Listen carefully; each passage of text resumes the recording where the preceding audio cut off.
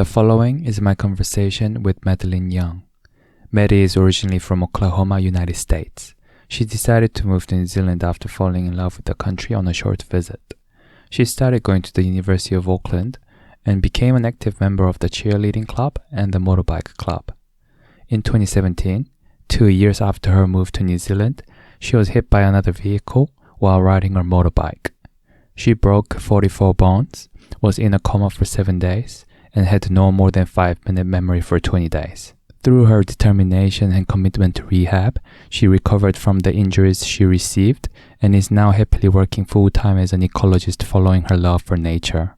It was inspiring talking to Maddy about her mindset chasing her dreams, even when not everything goes according to plan. When I asked to sum up her whole experience with one sentence, she quoted the wise words of Hilary Duff. Why not take a crazy chance?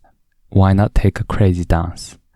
This is Everything Goes with Pascal podcast, and here is Madeline Young.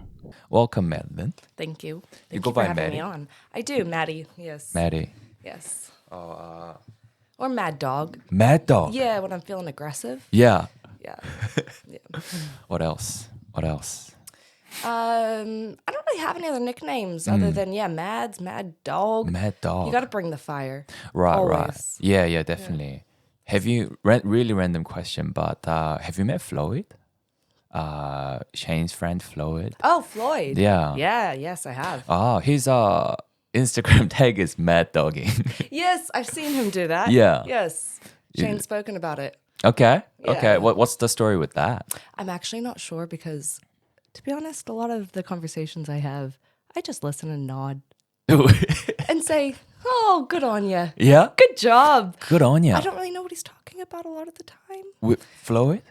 Oh, Or Shane. Shane? Okay.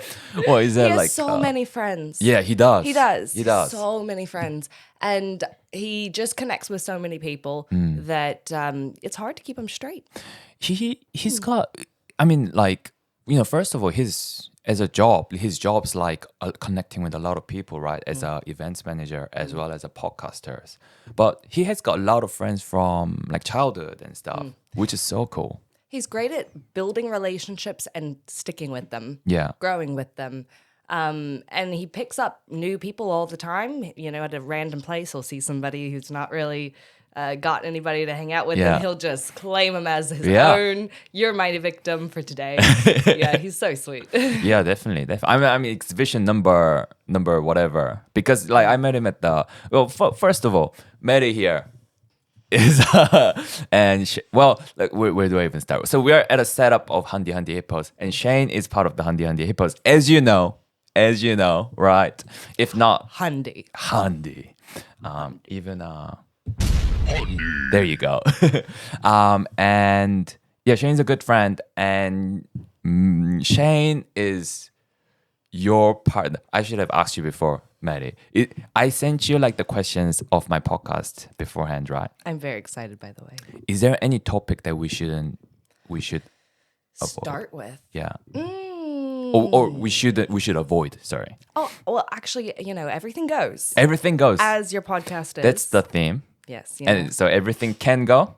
Everything can go. Booyah. I over-explain everything, and nothing's off limits. I love to share my traumas. Yeah. You got a trauma bond on your first engagement. Yeah, people really love that. Yeah. Or maybe everyone's just my therapist. Yeah. I mean, how do you find that? So you went through some major accidents, right? I have, Yeah. yes. Yes. And do you find that, because one thing, I mean, for me, super interested to hear your stories, but I do also think that you could find that quite traumatic to talk about, right?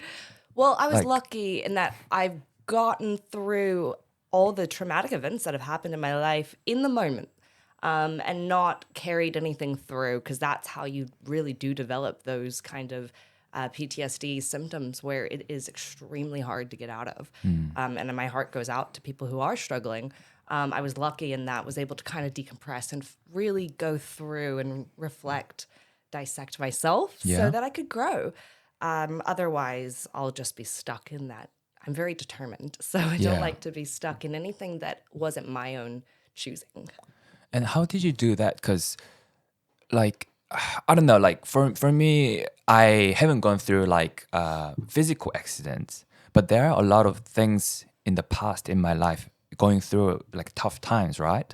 Um, Still, sometimes like I find myself being quite defensive to think about even, let alone talk about, right? Like, do you think there was a challenge for you at all, or did it come naturally just to like use different techniques to get over them, or I don't know. Yeah, I think that it's a lot of it is that you have to be aware of when the good times are here and when the bad times are sometimes present and appreciate those good moments of your life. And recognizing that it's your own path. You decide how you're going to feel eventually. And there's always a moment. It's easy to say, oh, just smile and be happy and all those things. It's so much easier to say that in the moment. But to use your struggles as almost a fuel to get back to a place that you want to be. It's much easier to say, of course, because there's so much struggle with it. There's physical pain, emotional pain, the struggle of living in that moment sometimes. But you're never going to be even where you left off before an accident or before your downfall, emotionally or physically, unless you actually put in the work. Yeah. So I think I've used that as a fuel. Again, I'm a very determined and like a headstrong kind of person that was very Yeah. frustrating for my parents. Sorry, mom and dad. Growing up, that she was just so stubborn. Yeah. But I think that those qualities can be strengthened in people, especially those that are developing early on in your teenage years. Actually, kind of foster those in, and you'll see amazing results. Amazing. And is that kind of mindset that you do you think you're born with that, Well, or yeah, at least in that, I also have combined ADHD. So I'm also quite lucky in that it's treated with medication and outside and, behavioral and just life context. You have to be quite aware of it. But it is one of those qualities that pushes me to be that kind of determined, a little bit distracted. So not being, sometimes I got lucky in that I don't get too stuck in one emotion because I'm so distracted anyway. right? Yeah. So I think a little bit of that mindset is being born with, but it can always, everyone has a different walk of life. Everyone has a different struggle. All those decisions about what you make of your time, Yeah. you know, good and bad, what your pressures are, what your commitments are. I got lucky in that I was young. I didn't have a whole family to raise at the same time. I got to focus on my own growth. Yeah. So I think that's something that's, Yeah, yeah. We should explain to the listeners like what you went through. yeah. But before that, before I forget, do you have any? Because one of the things that I struggle with is like, something bad happens, whether big or small. I do think kind of like, oh, like would have been so much better if it didn't happen, or like why me? It could have. Like just the other day, just the other week, I was just backing. I was like reversing, and I bumped into a car behind me, just like very softly, very softly. And I haven't heard, and I left the notes, made police report and everything. So I did everything that I need to, and I haven't heard back from them, Oh, thinking that because as far as I could see, the damage was pretty minor. So I mean that makes me think maybe nothing's coming out of it. But something small like that, even then I'm like I was a bit annoyed, like why did that have to happen, kind of thing. Do you get like I guess like regrets, right, in a way, right? Whether do you get that much like kind of being a bit like like just being like, oh, it would have been so much better if it didn't happen, or yeah. well, first of all, good on you for putting a note and like all of that. Yeah. Nobody seems to have the decency these days, so that's a great one. And I do hope that nothing awful comes out of it. But I do think that, again, it's easy to say, Yeah. but everything that comes your way is a chance to grow and a chance to learn from. And that happens all the time, even just down to you come and, oh my gosh, there's traffic all the way. You get off the motorway and there's traffic all the way to the light. Oh, I don't want to have to do this. But it's a practice of self-control and regulation. Realize, hey, at least I get to see the positives. I can drive, I have this freedom, I have whatever it is.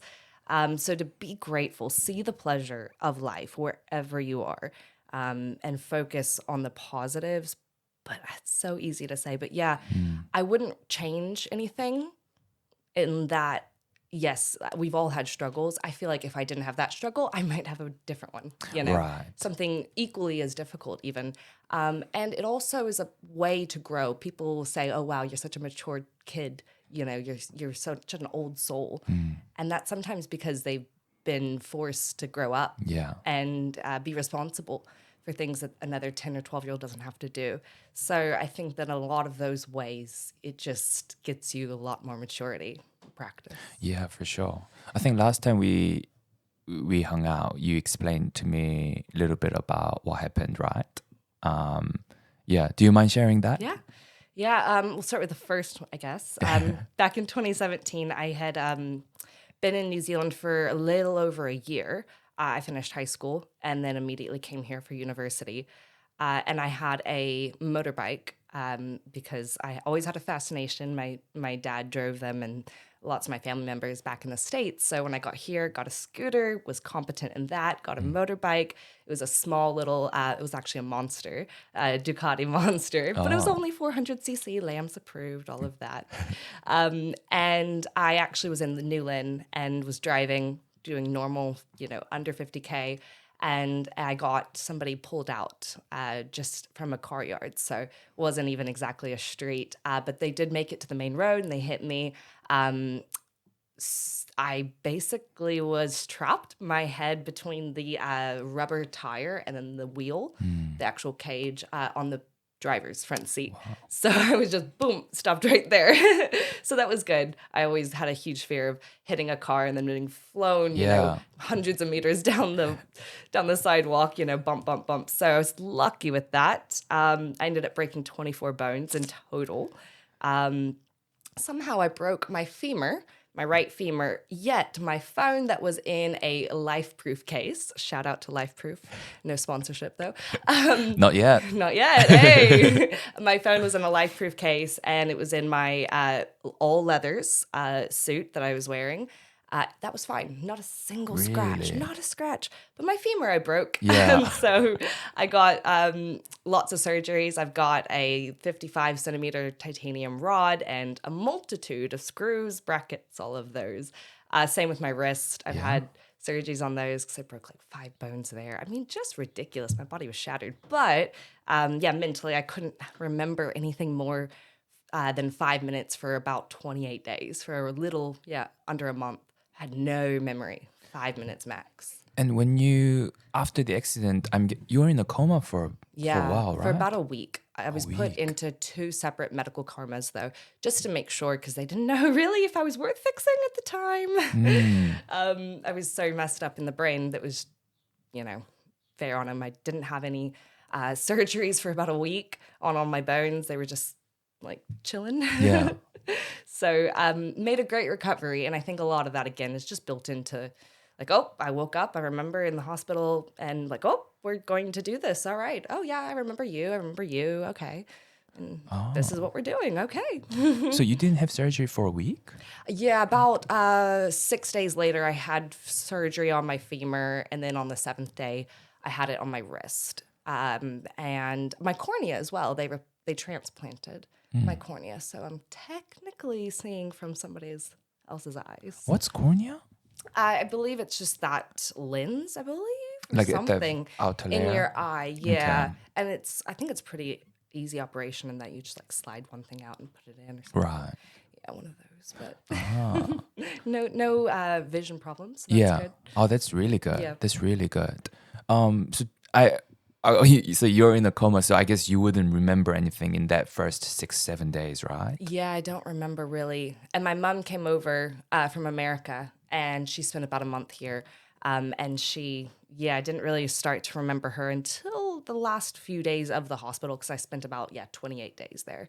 So I started kind of beginning to pick up things around, so 3 weeks. You remember seeing her, but you remember not remembering her at that time. It was, like, you leave for 5 minutes to go get a drink of water and you come back and, oh my yes, Mom, you're here. Oh, so you did recognize her. Yeah, I would recognize her, Yeah. but I was like, oh, every time she comes into the room, it's a bit like having a little dementia in that it's like, oh, brand new again. Why are you here? And Yeah. I would make up stories about why I was there. I'd be pregnant or I would be in, something crazy, different examples. I'd be skiing or snowboarding or I was running and broke everything or You would make up your own I stories. would make up stuff because I wouldn't understand in that, when my brain refreshed every 5 minutes Yeah. almost why I was there. So it just my brain would just make sense of it for me. That's interesting that you made up stories. Like, it's not like, whoa, where am I? It's not like that. It's like, oh, I must be here because, yeah. Oh, I must be pregnant. It's like, never had a desire just yet. Yeah. But I just make up random things. Yeah. There must be what dream is. Because you know how when we're dreaming, we're in like middle of nowhere, we're like, oh, that's normal. Like, I think my brain was confused. Yeah. Yeah. It was in a semi-dream state almost. Yeah, and towards the end of your stays, which was like 3 or 4 weeks after you're admitted, is that right? Yeah, I was, after that transferred to a rehabilitation station. Yeah, and you remember you started remembering a bit more and recognizing things a bit more. Yeah, it started to come back a bit better, and a little bit of similar to maybe whenever somebody has a stroke, a very minor example of those would just be that, my brain had to kind of reform the connections between each other, linking your feelings to behaviors, to emotions. All of that kind of had to come back. Your steps of processes of just normal daily life, like, you have no food, and then putting those steps of, okay, this is what I need, this is how I get it. All those really basic things almost just had to be revisited. So I kind of definitely had to relearn life, how to do life again. And I was grateful that my brain is very elastic. I was so young, I was only 21 or 22. So I got that upper hand, but reform who I was in a different country completely. So that was also, I loved that. It just gave me so many different new experiences, perspectives. Yeah, ways of seeing things. Yeah, man, like you moved to a country and you're reborn. Like, yeah, in a way. Yeah. Learned how to walk again and talk again, all those things were still there. All the vocabulary that I learned, was always there. I just hadn't used it. My brain kind of fell asleep in a bit. Yeah. Yeah, so I had to just pluck it back out. But do you still remember that 4 weeks? I do. You do remember it? I do remember little tiny parts. I remember waking up and my cheer squad from the University of Auckland was there. And I remember it's kind of like when you're asleep talking and at a certain point of, talking, you're like, oh, I'm conscious all of a sudden. I'm awake, it was like that, where I would just be speaking kind of just nonsense. Somehow my brain is just speaking for me almost in a dreamlike state. And then I become aware, and I was telling them that I was tumbling. And again, one of my lies of I was tumbling and doing all these, gymnastics, cheerleadings, and I broke all these things. And they're like, yes, okay, all right. You sound crazy, but okay. So I had a lot of support, and I had a lot of the motorbike group that I rode with so much all throughout the Waitakiris and Piha, all those areas down south. They were so supportive, and they were always at the hospital. There was always somebody, either my flatmates or my friends from university or clubs that I was at, always was there. Yeah. That's so good. And that's so good that when you woke up, there were people there. It wasn't like in the middle of the night, 3 a.m. Yeah. Every memory that I have is with somebody that was there. Yeah. Yeah, support. And I think that makes a massive role in recovery for anybody, just having support. Is that right? Yeah. Because otherwise you just get stuck, like I said before, and I was lucky in that I was prescribed thousands of opioids, of codeines and different, really strong pain meds because I was, under a lot of pain. But it's a very easy way, especially coming from the Midwest of America, with the whole opioid epidemic. I've had lost family members and lots of friends have been affected by it. So to be aware of that and recognize there's, I have support to be able to get out of that hole. Yeah. Is it opioid? Is it like drug?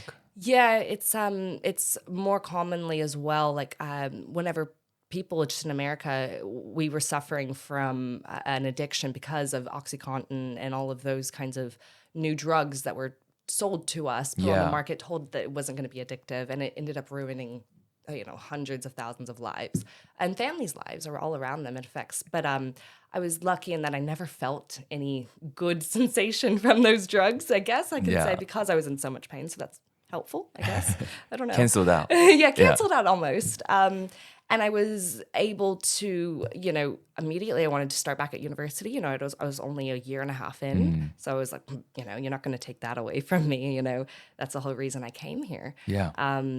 So it was great to have just some other way of living, because it is a very easy way, I'm sure, for a lot of people to get sucked into. Yeah. Were they ever worried that you might not wake up from the coma? They were.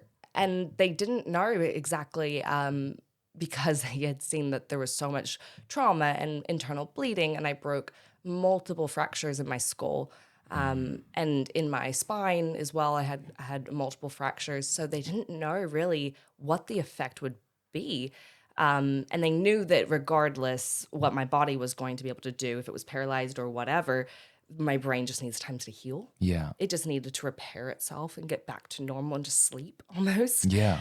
So it was quite beneficial. And then I remember they had told me, at least from what I've heard, that about 3 or 4 days later, they, after the initial putting me under, woke me up to make sure I could speak and talk and things like that. And I talked to my mom on the phone because she wasn't able to come over just yet. She took about 4 days to get here. And I was doing at least pretty well. So like, okay, but she needs more time to cook. She's a little bit raw still. Yeah. Put her back in the oven, let her sleep. And then, they woke her up whenever my mom got there a few days later. So she was, very happy to be able to, I was immediately recognizing everybody. Yeah. That was great. Man, your family, especially living overseas, they must have got a scare. Oh, yeah. I definitely feel for them because it was very scary. My mom didn't actually have a passport. Okay. She never had an American passport, so she had to get an emergency one and fly to Dallas and get that, and then fly to New Zealand. And she had nothing with her because she left in the middle of the night. They called at 3 a.m. So she imagine that, immediately drive 5 hours to Texas to get something emergency, all of that. So very blessed that she was able to make that trip over. Is it her first time overseas then? It was. And wow, into New Zealand. Yeah. She had loved it here, and I'm very excited for her and also my grandma to be here for Christmas. So this Christmas? Finally, yes. Let's go. Let's go. Yes. Oh, that's really exciting. I'm happy. I've always gone back there just because it's easier to see everybody in one go. Of course, yeah.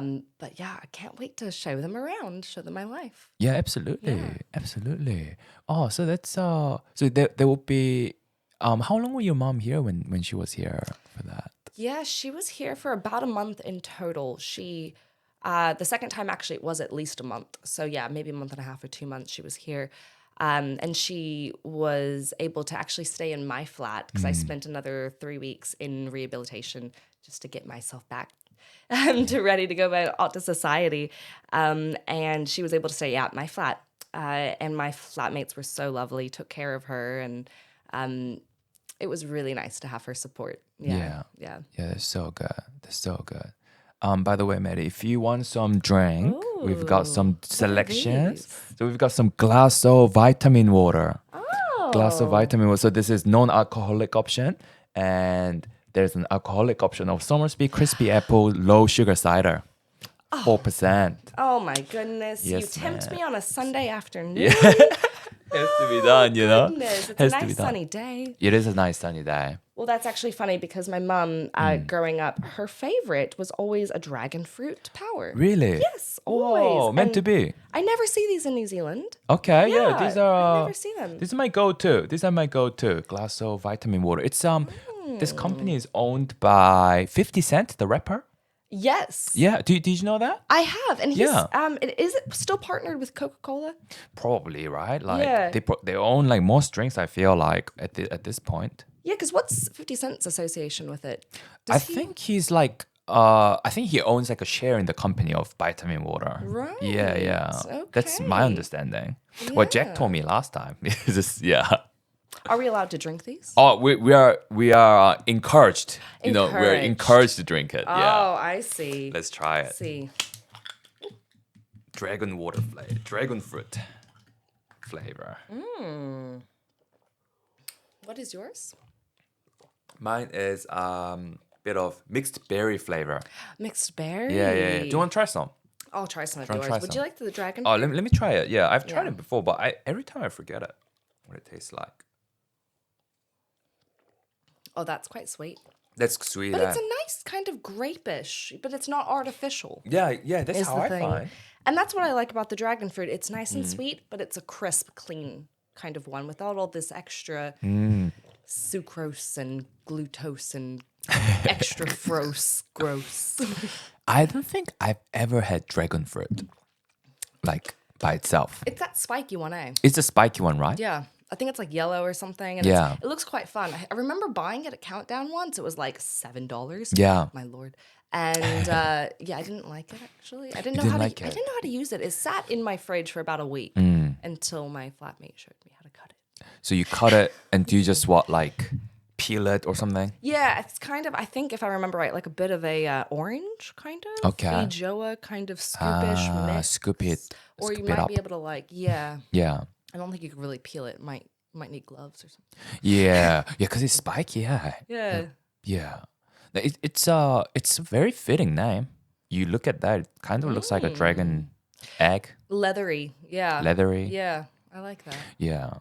As I mean, we'll get into this later as well. But as an ecologist, Maddy, because it's like all things like animal, plant, and like kind of the environment, right? Is that kind of the right description of what ecology is? It Would is. you say that? It's kind of basically the harmony of everything within nature's landscape Yeah. and how they all interact between each other. Yeah. So thinking about that, what do you think about like dragons? Like, are they real or have they ever been real? Because you look at different cultures, there are dragons popping up everywhere, like China, and the flag of Wales is dragon in there, and they're all very similar. It's like a big snake flying in the sky with wings. Yeah. So could that be based on something? What do you reckon? I do think that it is a common theme throughout cultures, throughout civilizations. We've all had those attachments, such as even unicorns, dragons, all of those kind of supernatural things. I think it's a way that we might have used to describe processes within nature that we couldn't understand until we have our modern, fossilized architecture and all of these kinds of ways to understand it. I think a lot of the underworld, the mythologies of caves, things like that, were ways to explain. Yeah. So like, The gods kind of bringing their thunder and Yeah. shaking the skies and shaking the earths. It was ways to describe earthquakes or volcanoes. then what about dragons?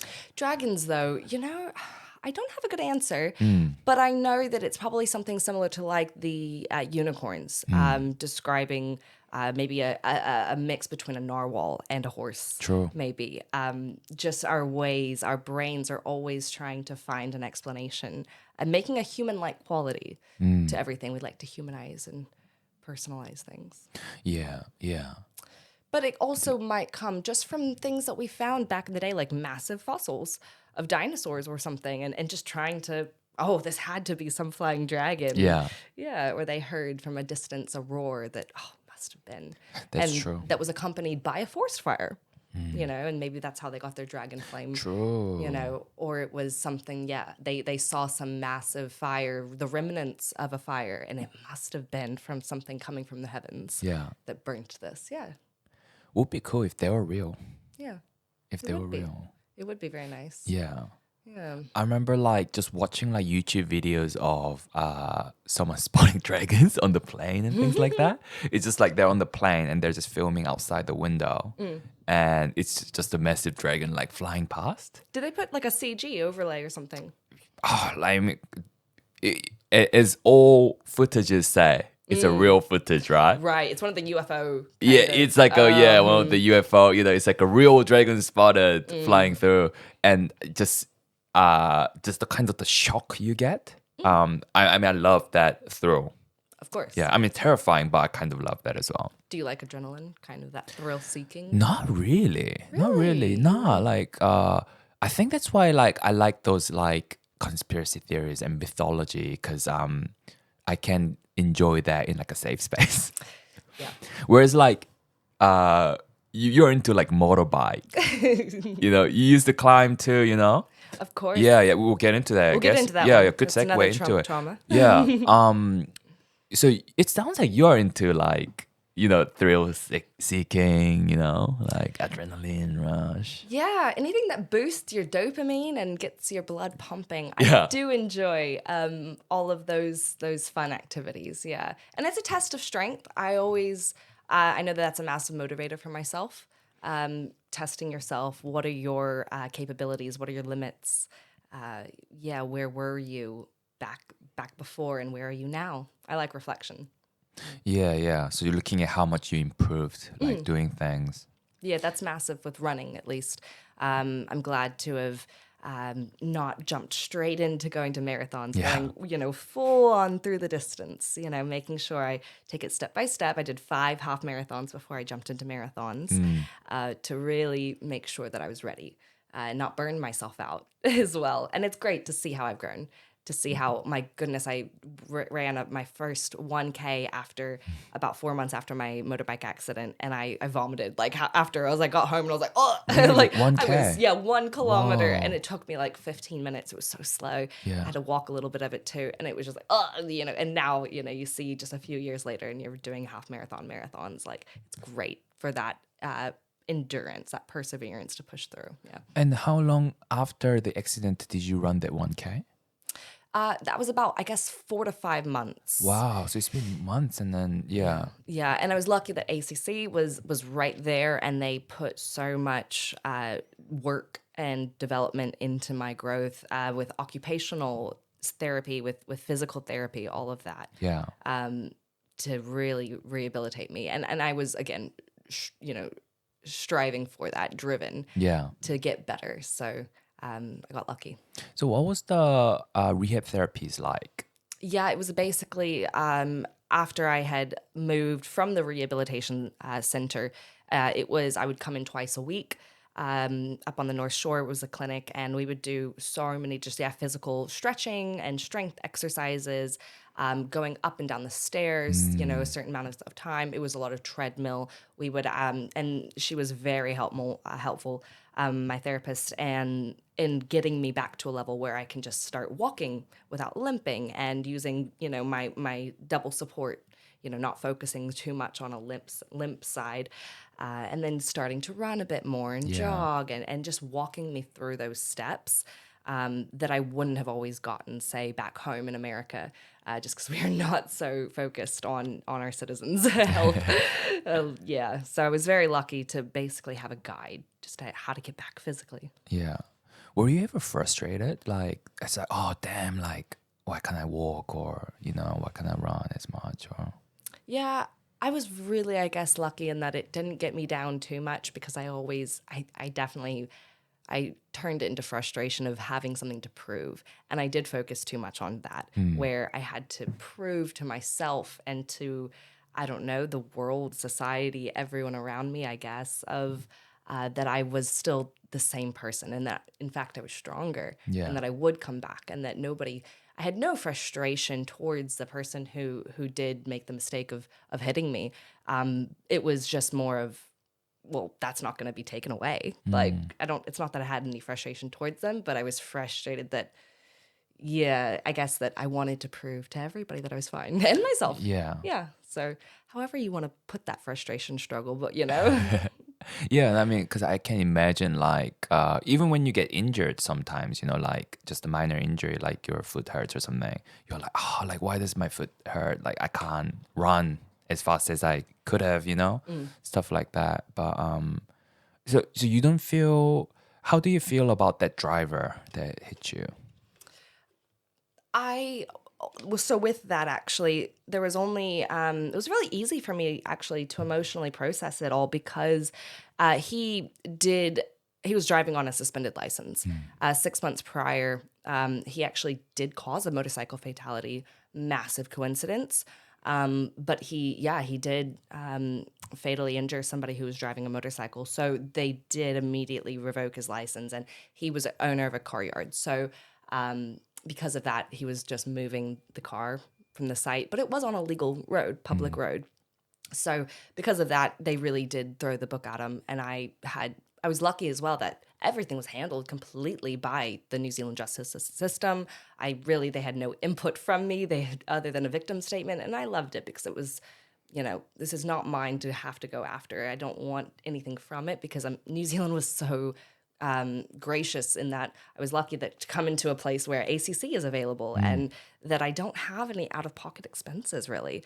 I was also, my agritats, went through because it was in the middle of exam season at university. So I was given agritats. So I didn't really lose so much, maybe a bit of time or however you want to look at it. But it was, if you think too much about those things, it's just going to put you down. Absolutely. You're never going to get anywhere by Yeah. wanting anything, or demanding something. Yeah. It's do you feel angry at him? Do you feel like neutral at him? I can understand that nobody is perfect, and we're all very lucky in that, oh God, I'm so glad that I braked right then and there. Oh my goodness, so glad I was paying attention, We've all had those moments, and so I can have empathy because I know I'm not perfect. Yes, it was a massive consequence, but I know that every day we could have all fallen apart. We could have all gotten hit by a bus because of something. Some baby was crying in the back of the bus and it distracted the driver. It doesn't matter, And it's all those shoulda, coulda, wouldas. Who knows? I could have maybe gotten home and then hurt myself there that same day. Not being religious, but I'm sure that we all have, it's a plan for us or whatever it is. You can't escape death. You can't escape hardships. So I know that he was commended or condemned Yeah. for his actions by the New Zealand justice system, and he did pay his time. And yeah, I'm happy with all those things. I don't have any differing opinion. I think that they know more than I do. Yeah. So it would be silly for me to suggest any other plan of action. Yeah. Are you so you're not religious?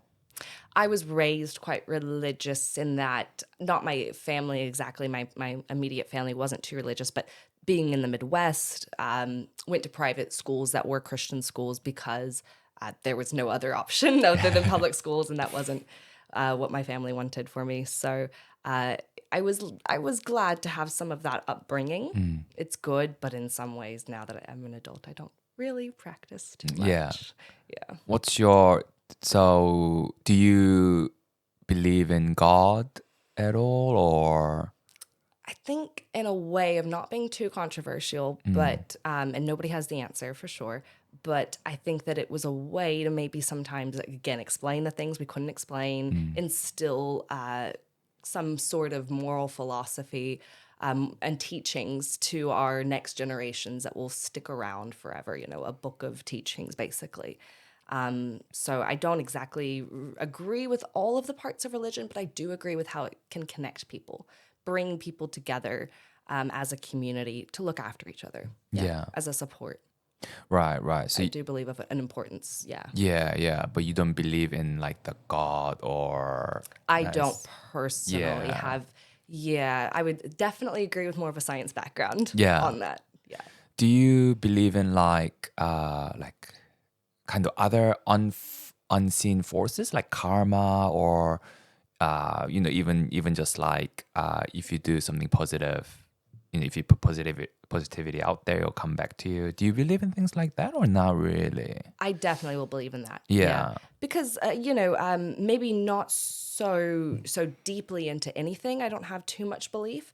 But yeah, if you are not putting out great energy in the world and you are a grumpy person that no one wants to be around, makes things difficult, you're going to get a difficult life. Yeah. You're not going to have that ease of living that everyone else will have, because you're always looking at it with dark colored glasses, with, you know, a shady, whatever that is, expression, view. Instead, having, you know, a joyous personality where you can, again, appreciate the good times in life, recognize, have empathy, be who you want others to be, or Yeah. you want to, you know, be who you want to be with. It's You're going to get better. do unto others as Yeah, that's the expression. There we go. There we Yeah, go. that's from the Bible, right? Is that God, right? I think so. Yeah. Yes. I'm sure that's probably in some Psalms Yeah.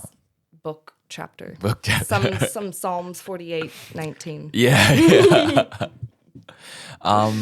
What about your parents? Were they religious or no?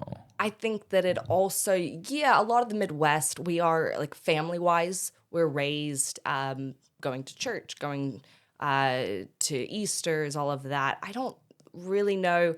I know that my mom is not a really religious. And I think it is a great way just to sometimes bring families together, give them a higher purpose, though, in times of struggles. I know that my family, my immediate family at least, we did gravitate towards the church more whenever, say, somebody passed away in our family. Of course, that's a massive driver for any community to go to the church. But it was a great way of they had a Sunday school class of 2-year-olds, and they loved it. My mom and dad, they always looked after those on Sunday because it was just such a fun way to spend their time. It was an activity that gave them purpose as well. So it's nice. Yeah. Now, because you said the motorbike, one of the reasons you got into it is your dad used to ride a motorbike. He did. Yeah. What have you ridden a motorbike since the accident, or?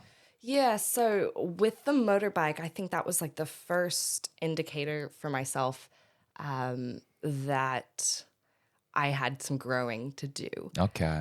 So once I immediately had the accident, it took me about, I would say, 2 years to fully, though, process what had happened. I was so strong in the belief of don't take anything away from me or anything I don't want. I'm going to get back and better to what I was before. It was such a strong motivator for myself that I kind of got lost in recognizing the impact of the accident on myself and my family members, and how much of a weight that had put on a lot of my family members, because I was so ambitious and I was so independent as well. I wanted to get right back onto it, and, you know, can't tell me anything. You can't take anything away or any. So your family were saying like, "Oh, slow down, take it easy," and stuff like that, and you were like, "Oh no, I'll do it. I'll do it." Yeah, okay. Yeah, it was like, no, I'm fine. I can do this.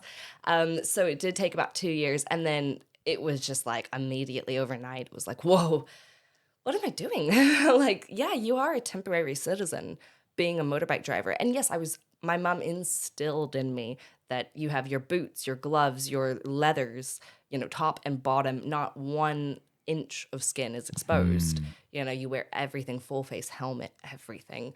But because my dad always frustrated her, he would just go off and, you know, his just jeans and a t-shirt, and she's like, ah.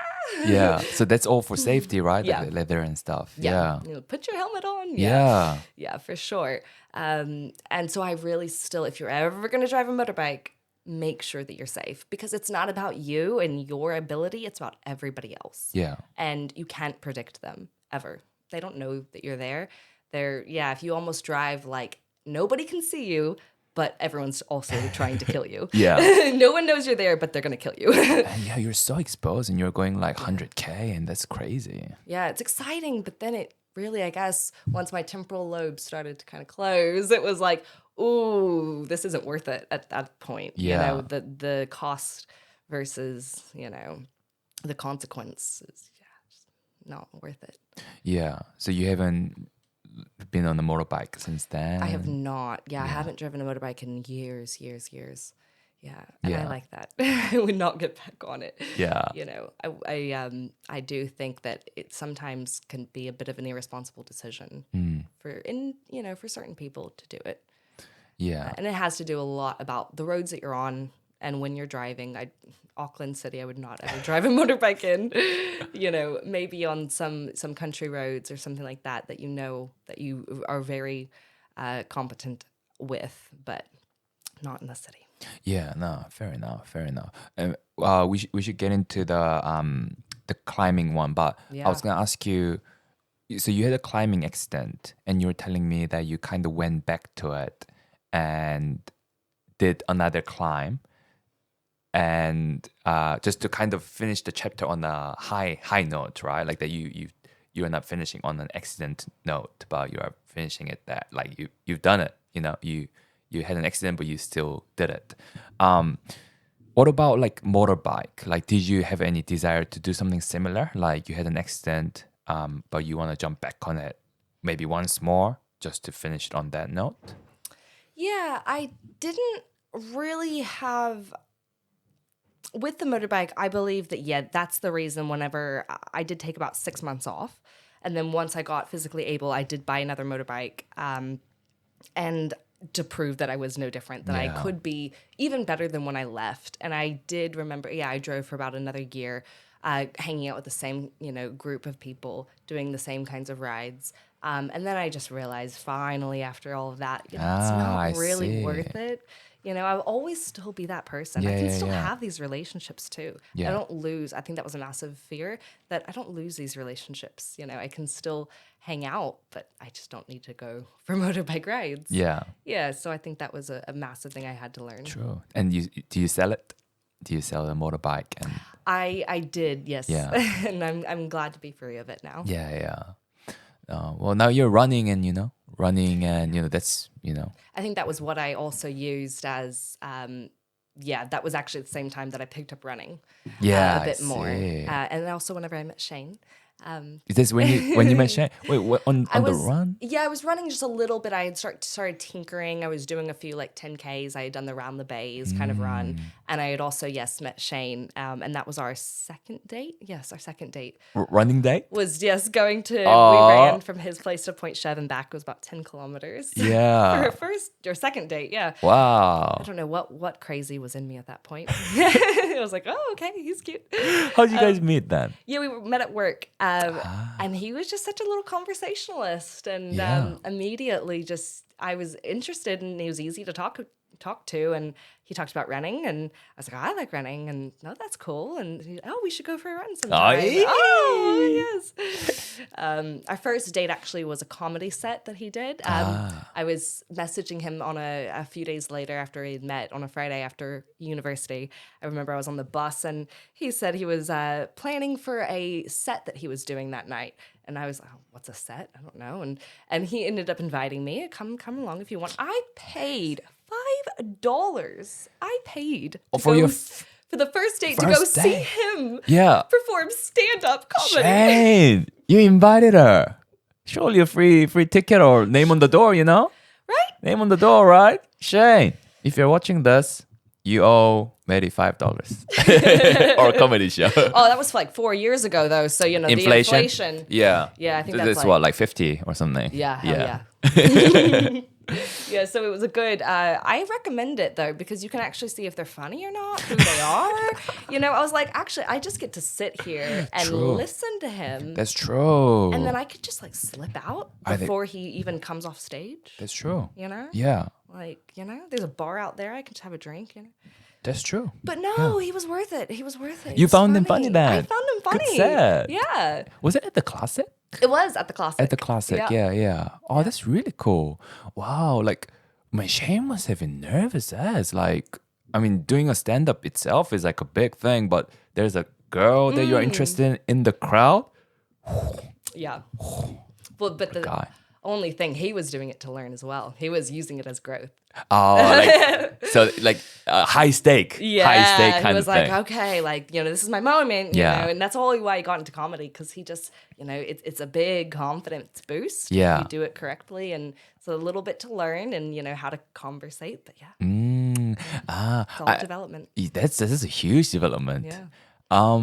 I'm a big fan of rom-com, Maddie. I don't know if I told you, but I love like rom-com and things like that. So when like when other people, I'm like always interested in like how people met, the first time and the first connections and things. So what was it like? Who I guess like, yeah, if you were chatting, were you gonna like, cause you're asking him like what he's up to, were you gonna ask him to do something? If I don't know, like what if he said like, oh, nothing much, like. Yeah, I don't know what I would have said. Mm. I remember coming home and asking my flatmate and her partner at the time, and I was like, oh my gosh, what do I do? And yeah, I remember they were encouraging me like, oh, well, you can see if you like him or not. And I was like, oh, I was thinking, maybe just go to a movie or something boring. Oh, okay. So they're like, no, this is the opposite of boring. Like, go to a movie and just sit there. Like, no. Yeah, so I guess maybe we would have gone for a run, but True. he didn't even know it was a date until the third date. Well, so he was inviting you as a friend. Yeah. But Yeah. he surely felt a little bit of spark, when before the comedy set, right? No? You'd think, but actually he always says, I didn't want to assume. Ah. And actually, I didn't even meet him before he went on stage at the comedy because he was in the VIP backstage area. Really? So I had to get myself a drink and go meet his friends Yeah. by myself and introduce myself. True. So, yeah, it's great little, again, growth, Yeah. Yeah. But you seem pretty like, because there are people that can't do that, they can't kind of just go to an event by themselves kind of thing. But you seem like someone who's like, who doesn't mind doing that. Yeah. Meeting people. Like, you might as well. I remember that I specifically didn't have anything going on that night anyway. Yeah. So I was like, oh, I might as well. Like, I've got some energy and he's cute. It is a big driver though, the motivator. His looks. Yeah. Yeah, that's and, true. He's just fun to talk to. I mean, that's so. why I watch Handy Hippos, for Shane's looks and Jack's looks. Ooh. Good looking guys, right? You put the headphones in and you start missing Shane a little bit. Yeah. Exactly. No, I'm a big fan of Handy Hippos. Non-stop, I hear the Everything Goes podcast. Any new episodes, I hear them on Spotify, or Shane's always listening to them. Let's go. They've got this like cute little relationship. Yeah. No, I'm so lucky. No, but he seems like I mean, like even the first time I met, like obviously not in a romantic way, like so that's different to you, Maddy. But I was like, whoa, he's like such a cool guy. That's how I felt. So yeah, I can kind of see that where you're coming from, like why you'd be into him, and this is getting weird. Next topic. I might open a Summersby actually. Oh, please if do. I'm allowed, Please. If this is a nice little segue. Let me match you. All right. Are these a twist off? This is twist off. Oh yes, Yeah, I love a good white girl drink. What the bit of a summer speed? Oh, and it's a low carb, low sugar. Low sugar, yes, ma'am. So this is like a health choice. Oh, exactly. Yeah, exactly. I'm making yeah. a conscious health You decision. probably burn more calories by drinking. The action of drinking than the calorie you consume from the drink itself. Yeah, you're right. This has only let's see, 6.6 grams of sugar in the whole thing. Oh, no I guarantee you, Coke. This is 330 mils. Like Coca-Cola has like what, 40 or something At least. grams. Right. This is health decision. This is health decision. Somersby crisp apple. And it gives you how many carbohydrates? Oh man, it gives you 10.9 grams. That means this is healthier than water. This is healthier than water. Healthy. Guys, Guys. Water. I don't know whose company water's water's being produced by. They need to step up their game.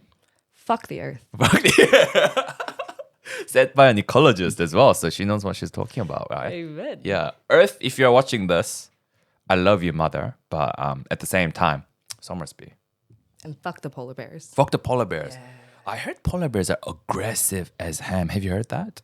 Heck yeah. Yeah. You seen the videos with like when the blood on the ice sheets? Oh They shit! just- Yeah. A mad dog. Mad dog. Mad dogging.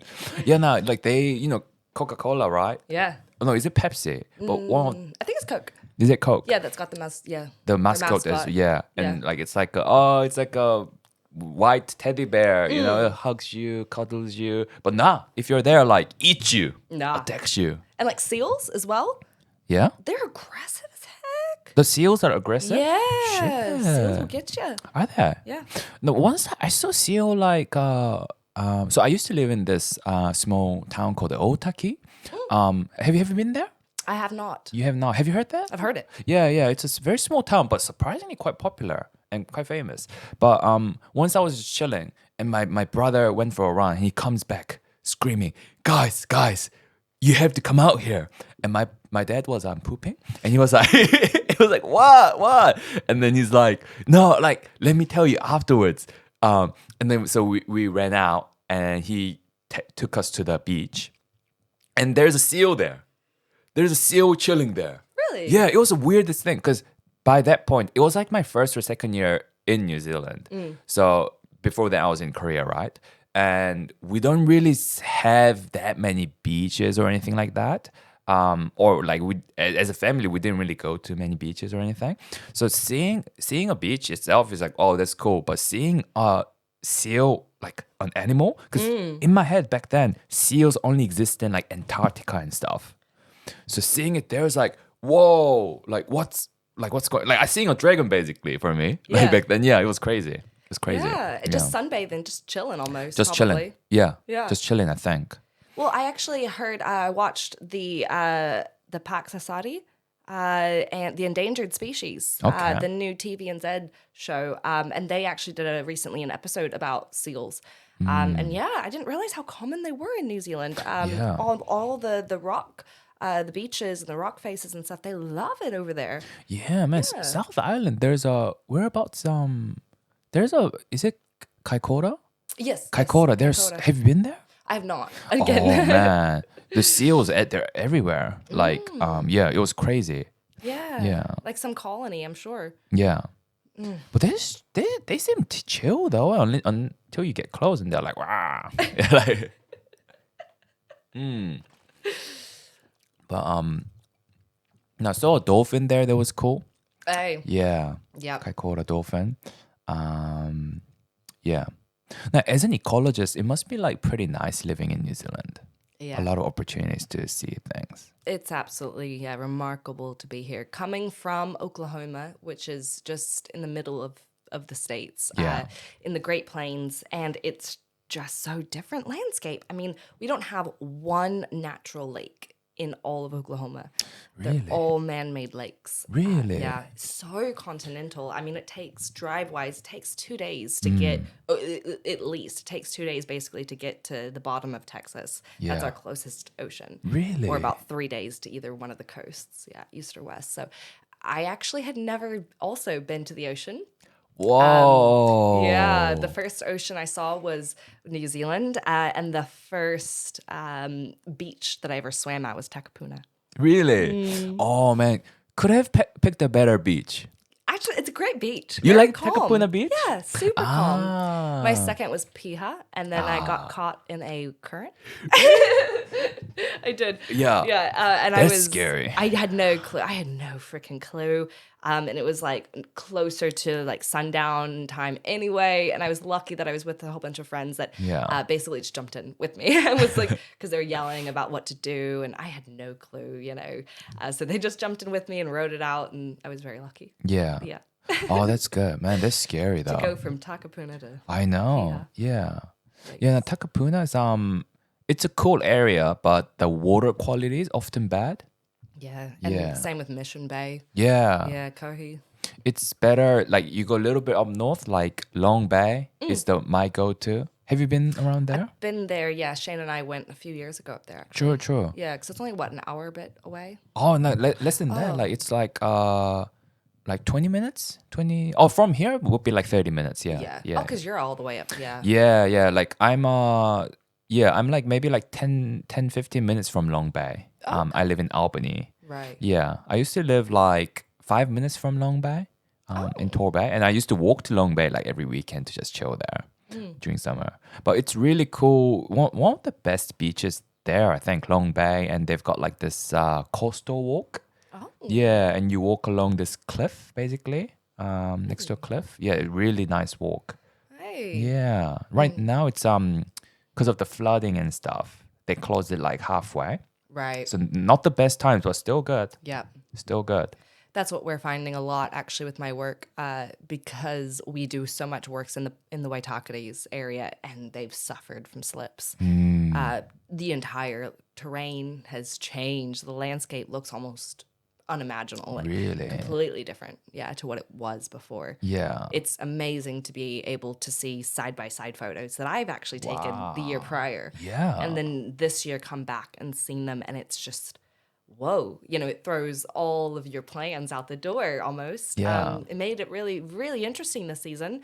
But, it was almost like everything you had a whole plan, a track that you used to use, but it's gone, And so it was great to relearn. It's like those struggles that, we've been talking about, like, oh, why does this have to happen? You make my life so difficult, having to figure everything out again. But, you're going to get so much better at it.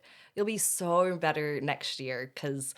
not only have you trained your brain to rewire and work it even in a more difficult way, Yeah. So do you have to often, while were you there, like why do you take pictures of the... Yeah, well, I also personally, like when I'm at work I'm lucky to be in some landscapes that are completely distant from any houses, like 2 or 3 kilometers, away from any civilization. Nobody's been in these areas, especially due to the Cody dieback. A lot of these tracks have been closed. Yeah. So like we are actually the last people to have been here. No one else in the last 12 months, other than maybe the occasional pig hunter or deer hunter, something like that. But yeah, these places don't get gone through. Yeah. So we're very lucky. And so I'm always taking photos along with photos that we need for council, for reporting, things like that. So yeah, it's always really nice. And of course, I send so many videos to my mum and put it in the family chat of just things that I'm at, because it's just, it's breathtaking and mind-blowing to them as well to see that, if you turn your camera to the left, you see just thick bush that you've never seen before. We have so many endemic species in New Zealand that we don't have anywhere else in the world. Endemic species? Yeah, that's whenever like the plant only lives in this country, basically this area, and nowhere else can you find it in the entire world. Yeah, so and then go to the left side and boom, there's cliffs and there's ocean and it's like the waterfalls. You're like, what the heck? Yeah. How can you be in this amazing? Yeah, I ask myself all the time how I got here. Speaking of waterfall, I've got a waterfall to drop. A waterfall? Yeah, a waterfall to drop in the toilet really quick. Oh, yeah. okay. Yeah, I'll be right back. No worries. We'll be right back, guys. We'll be right back. We're back.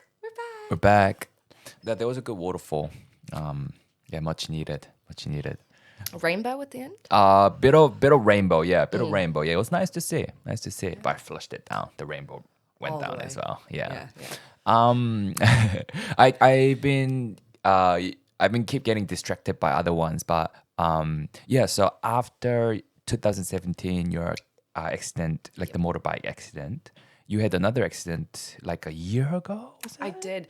It was actually on Queen's birthday, which was quite funny. Not Queen's birthday, on her death date. Yes, whenever she died. So the opposite. The opposite of that. We both had an accident on that day, and how I see it, just because I'm a god as well.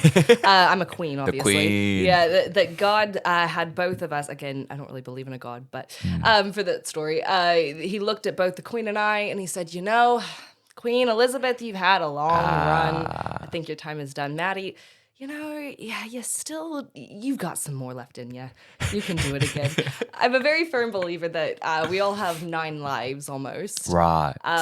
Like a cat. Yeah, like a cat, and we're always evolving as well. That's something like with every massive event that you have in your life, whether it's positive or negative, you've got room to learn from. So you have different kind of lives, different chapters, different episodes and seasons that we're always evolving through. So I had the climbing one, and funny enough, actually, I had realized in the last few years that I am very driven to adrenaline and all of these thrill-seeking, exciting. Yeah, like cheerleading, motorbike. Yeah. and climbing. Exactly. My parents, when I was a 3-year-old, put me into ballet. And Yeah. after my second lesson, the teacher said, "Woo, maybe put her in gymnastics." Really? Yeah. They were like, "She's got way too much energy." I was tying all the kids' bows in knots because I was bored. Too bored, man. You were like everyone else's shoes? Yeah, yeah. I was just like, Yeah. I'll tie your shoe for you. Yeah. I have no idea how to tie a shoe. I'm 3 years old. I'm just doing freaking knots. Oh, Lord. Oh, man, I wonder Yeah. how. That's the thing with kids. Like they make these crazy stories. I wonder, like, I don't know, like where would you even begin to ask someone to tie their shoes? You know what I mean? Like I don't know. It's just crazy. Yeah. Yeah, sorry, I interrupted you there. No. Yeah. I'm a very interrupting person. Oh anyways. yeah. But yeah, no, so I recognize that I love the thrill seeking. And with the motorbike, I learned maybe that's too much. That again, the cost, benefit, too many consequences to deal with. So I did some running. I loved that. Got lots of growth and adrenaline and motivation. And then I thought, I want another kind of thrill-seeking thing, but safe. Oh, well, I'll do some rock climbing because I've always got a tether. I've always got something, a belay on me. And I loved it. I did it for months. I would go to the Clip and Climb, and they had a nice thing where it was a complete wall for adults, and you got free use of the wall for however long they're open, $12. So very, very affordable. So much fun. I'd spend hours there, and it was such a test of strength, of growth that I could do for hours in my own little space. Nobody to bother me.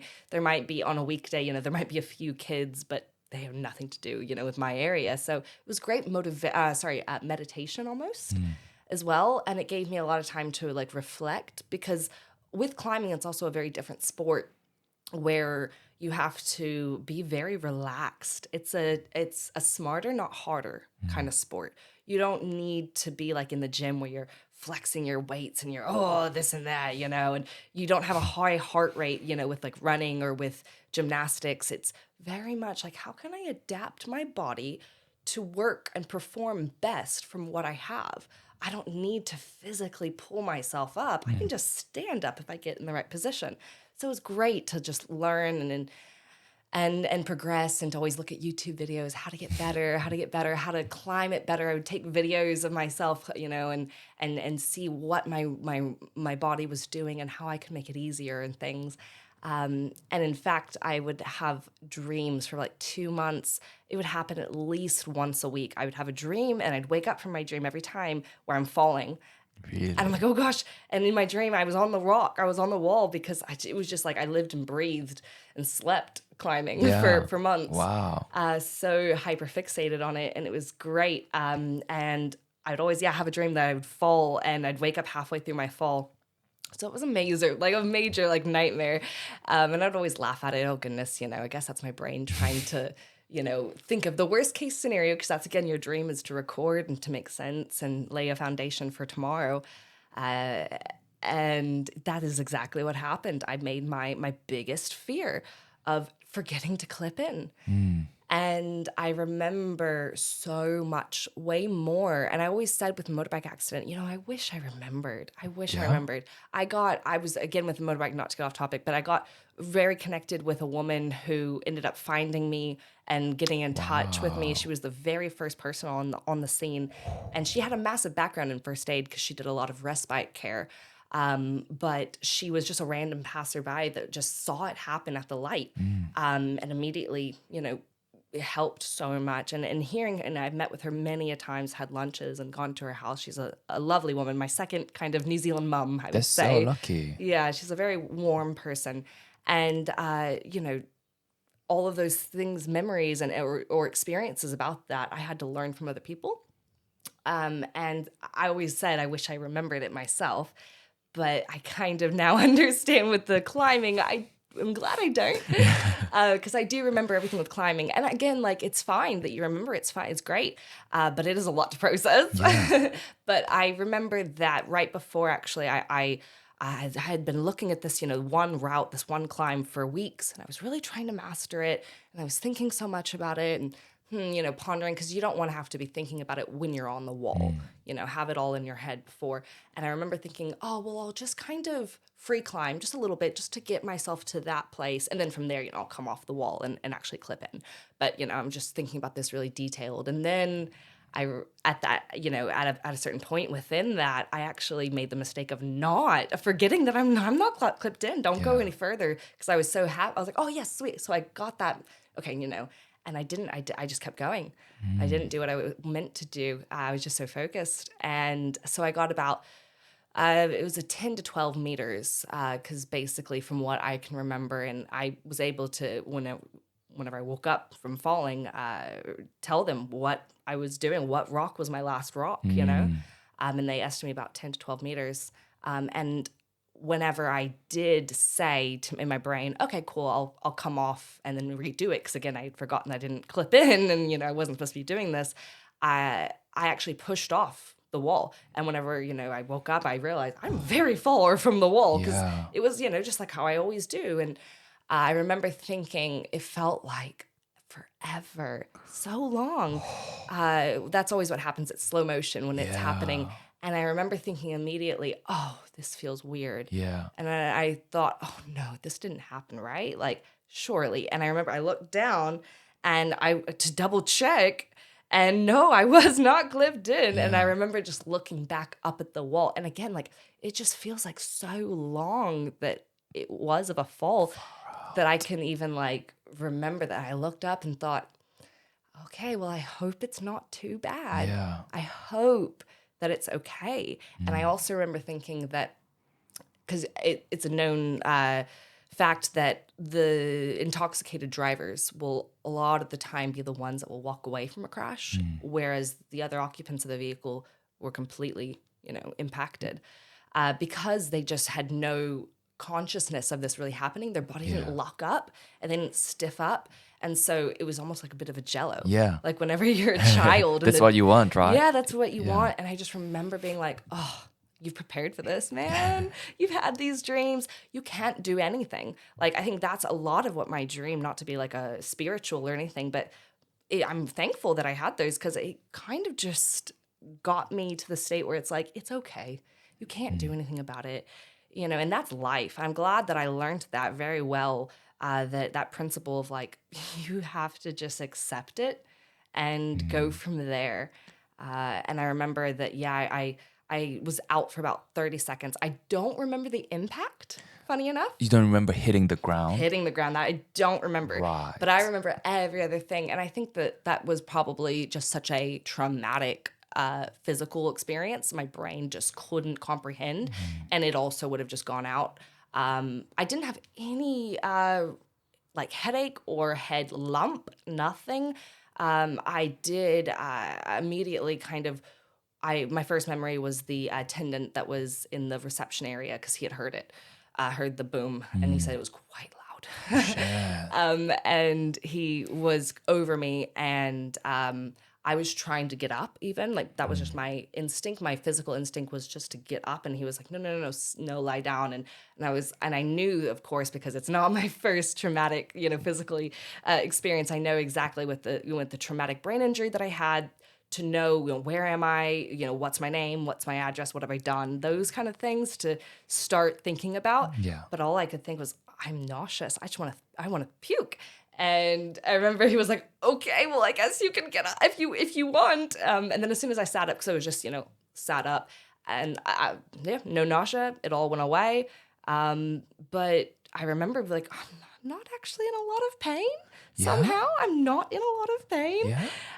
And it was funny. I remember though, right before I started that wall, I actually looked behind me just out of, I don't know, randomly. And I saw, because there was nobody else in the gym. It was actually right when they had opened around like 3:00. I had come after work, and there was a couple on like, it looked like their first date kind of a deal. And they were like in their 30s. And he was actually showing them the walls, and he was getting them, suited up, kind of a thing. And so she was lovely. The woman on the that was together, she was, came over to me and chatted me up, and just like asked me how I was feeling, what's my name, all those things. Just figure out what your surroundings are, get back into the moment. Like, how is your brain doing? And the paramedics came. They were so lovely, and they out of formality, because it was over a 10-meter fall, Yeah. immediately had to go to like the real intense ICU kind of thing in the ER, and they put me in the ambulance and all of that. But they checked me out so well, because it was also the same hospital that I went to from the motorbike accident. MRIs everywhere, they could do every type of scan. No broken bones, not Crazy. one. Yeah, so it's kind of like, I guess I just one and done'd it with my motorbike. I just like did it all at once. I've never broken a bone since or before that. That's so good. Yeah, and like nothing to do with the brain, anything negative. The only thing is that I had a bit of a depression in my lung, collapse, a minor collapse in my lung. And that was just probably from the impact of the fall. Yeah. But it was great that they had just the normal standard kind of, in the climbing facilities. They have a bit of a cushion for the floor, but it's not like it was, too springy. It wasn't concrete, but it wasn't like it was a Jell-O mat. Yeah. So I think it really was just being relaxed. Accepting your consequence, even though you didn't mean to, wasn't your fault, all this kind of thing.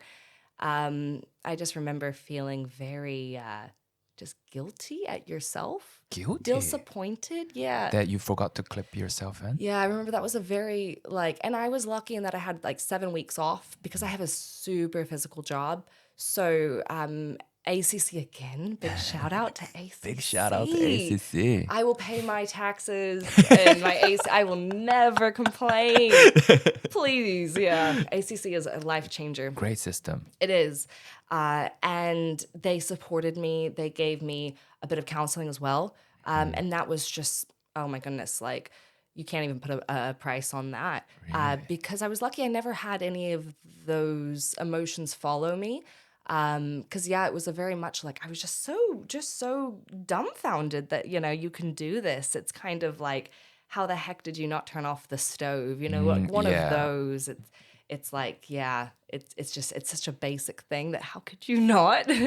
Yeah. And so you have to understand that everyone has a life, everyone has their brains that is going on. And that was just a mistake. Sorry that you had a massive consequence, but that's life. And I think that's also why I have a lot of empathy and understanding for the driver who hit me. Right. Because gosh, we're all so silly sometimes. And it doesn't mean that you're dumb or you're a dumbass or, you weren't thinking. It's just that sometimes, you've got a lot going on in your brain. You were just so happy, you're excited, that about conquering this wall that you just forgot. You got to give yourself slack. You really do. And you can't be mad at yourself or anything. I was, again, lucky because it could have been a completely different experience if I was, say, in the States with no healthcare. Just the motorbike alone, it would have cost $1 million to get rehabilitated, to get I would never have gotten that much support with occupational or physical therapy, never. And same with the climbing. I got physical, what do you guys call them? Physiotherapists? Yeah. Got physiotherapy, got all of that. And that was just so lucky. Yeah. You don't feel forgotten, like you're on your own. Yeah. For the you're so lucky that there's no bones broken or anything like that. Especially after, it sounds like after the accident, the motorbike accident, everything healed well. Otherwise, you would imagine broken bones easier to break than before, maybe. I don't know. Yeah. Definitely. They are more fragile. And I do have to be careful of that. Again, with it's lucky if you have an accident nowadays. You used to have different kinds of metals that would have to be replaced or taken out or done 20 years later, redone. Right. And my titanium is amazing in that you hopefully should never have to take it out. They don't want to take it out either because it's in the middle of my leg. That's not an easy place. So I did get I had about 5 plates and a whole bunch of screws in my wrist. And those were taken out about a year later just because I was already starting to get, and I still have a lot of arthritis in my wrist and in my hip as well from the motorbike accident. And that just exacerbated it, having the metal in there. Winter times nowadays, this winter has been the easiest winter I've had, because that's whenever the pressure drops and it gets, very inflamed, and it's like an electric shock. And that's, it's nothing major, but it's just annoying. Yeah, it's there. Is it always there kind of thing? Mainly at night, I would say, and like when it's rainy. It's Yeah. the typical, like, oh, grandpa says it's going to rain, his knees hurt. Right. Yeah, it's definitely wow. arthritis. Yeah. Yeah. But, it's also important to recognize that your mentality and your diet and your physical standing, just your exercise, if you're taking care of yourself, your sleep, they all have a role in how you feel. And if you feel like very, very negative, well, yeah, you're going to feel more negatively, like physically That's true. negative. It's just those simple things. You talk to your boss and say, hey, I'm so, so sick. And they say, you can't go home. Well, you're going to feel even worse, because, oh my God, it's so hard. And I'm sick and all these things. So Yeah. you got to give yourself slack. Be nice to yourself. Take care of yourself. And don't be mean to yourself. Was it tough? Like, because you said you felt guilty, like for yourself. Was it tough to forgive yourself? That's what I had to do, really. Yeah. It was almost, I had to first ask permission from myself to give permission to, like, to forgive myself. But then I had to actually give it to myself at the same time. You got to ask yourself and give it to yourself. Having that understanding, I think it was just, I had to get over the fact that, like, wow, you really did forget, like, oh my goodness. And just, you can't hold yourself to any standard. Just recognize you're a human being. And thank goodness that that's all that happened. Yeah. I remember, thinking that, I hope it's not too bad, because I'm not, and it's reaffirmed the belief that, like, I'm not afraid of death. Every other person has a different answer, and that is completely valid. Everybody is different. But I don't fear death, but I will accept it if it's necessary. I don't want to die, God no. Yeah. I don't want to, and I will prevent everything I can to make sure I live a healthy, happy life. But if it happens, I hope that I'm in a good standing with my people around me, and within life, that I am proud of myself, and how I treat people. I hope I don't have anything else to wrap up or tidy before that happens. Yeah. But, that's just like living in the moment. That's why sometimes I don't believe so heavily in a God or religion, because I think that what we have is now. We don't want to hope for a better future or to do things because we don't want to be in hell later. It's, you don't want to live through your own hell right now. If you're not a good, if you're always being a bad influence in the world, well, then you're going to get bad influences back. It's immediate. Yeah. What do you think happens after death? I think the biggest thing with dying is leaving your remnants for the next generation. How you live on after death is how your memories for everyone else, how people think of you and perceive you and remember you and their experience with you. Because that's what people will remember, is how you treated them and how they felt when you were around. Yeah. That's how you live on. So our own entity, whatever our consciousness is, do you think that lives on? I do believe that energy can't be destroyed or created. And I also would want to go back into the earth. I would like my body also. I don't want to wall myself off and conserve the last little bits of myself. I just want to give it back. Same with just, even as basic as organs. Like, I don't need them. Do science, do somebody else, to further their life as well. I would hope, however, I could be used, because I would hope that, yes, I have a second life doing, whatever that might look like. But if not, at least what I do have, I can give back. Because I've taken so much, so I'll give whatever I do have.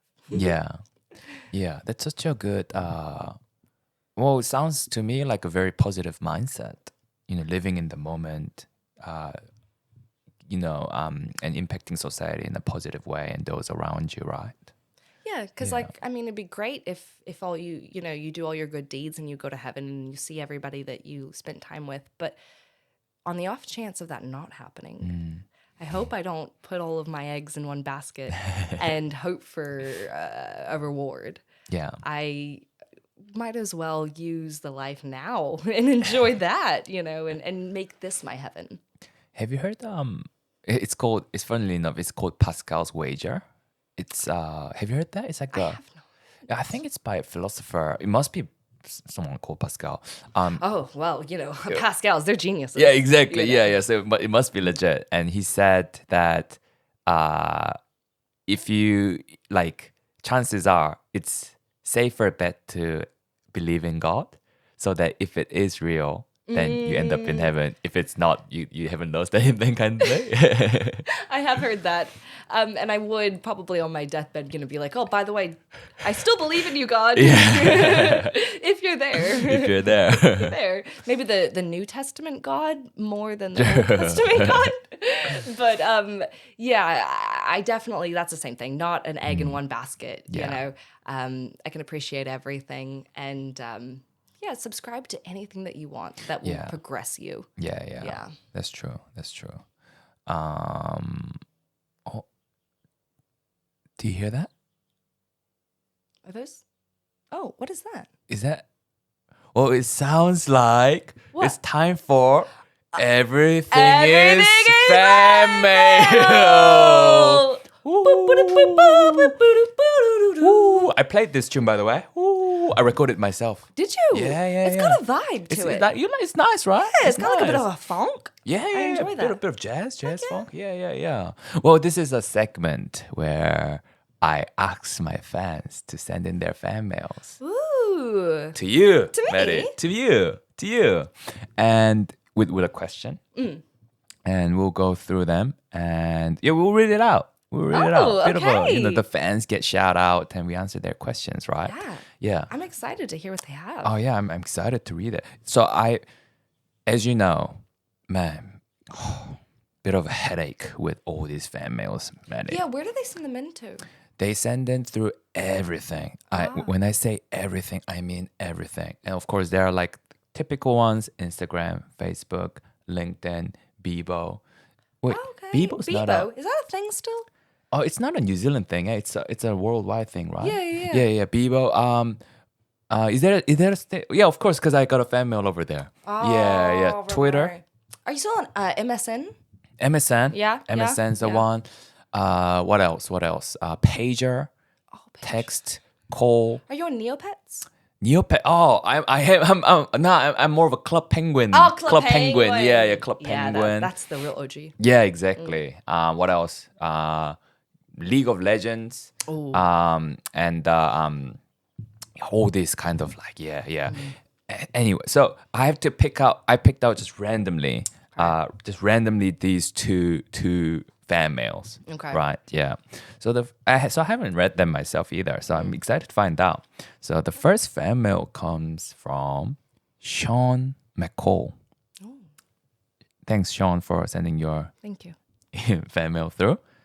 Sean McCall says, "Dear Maddy, I'm a huge admirer of your work in ecology, and your insights have consistently amazed me.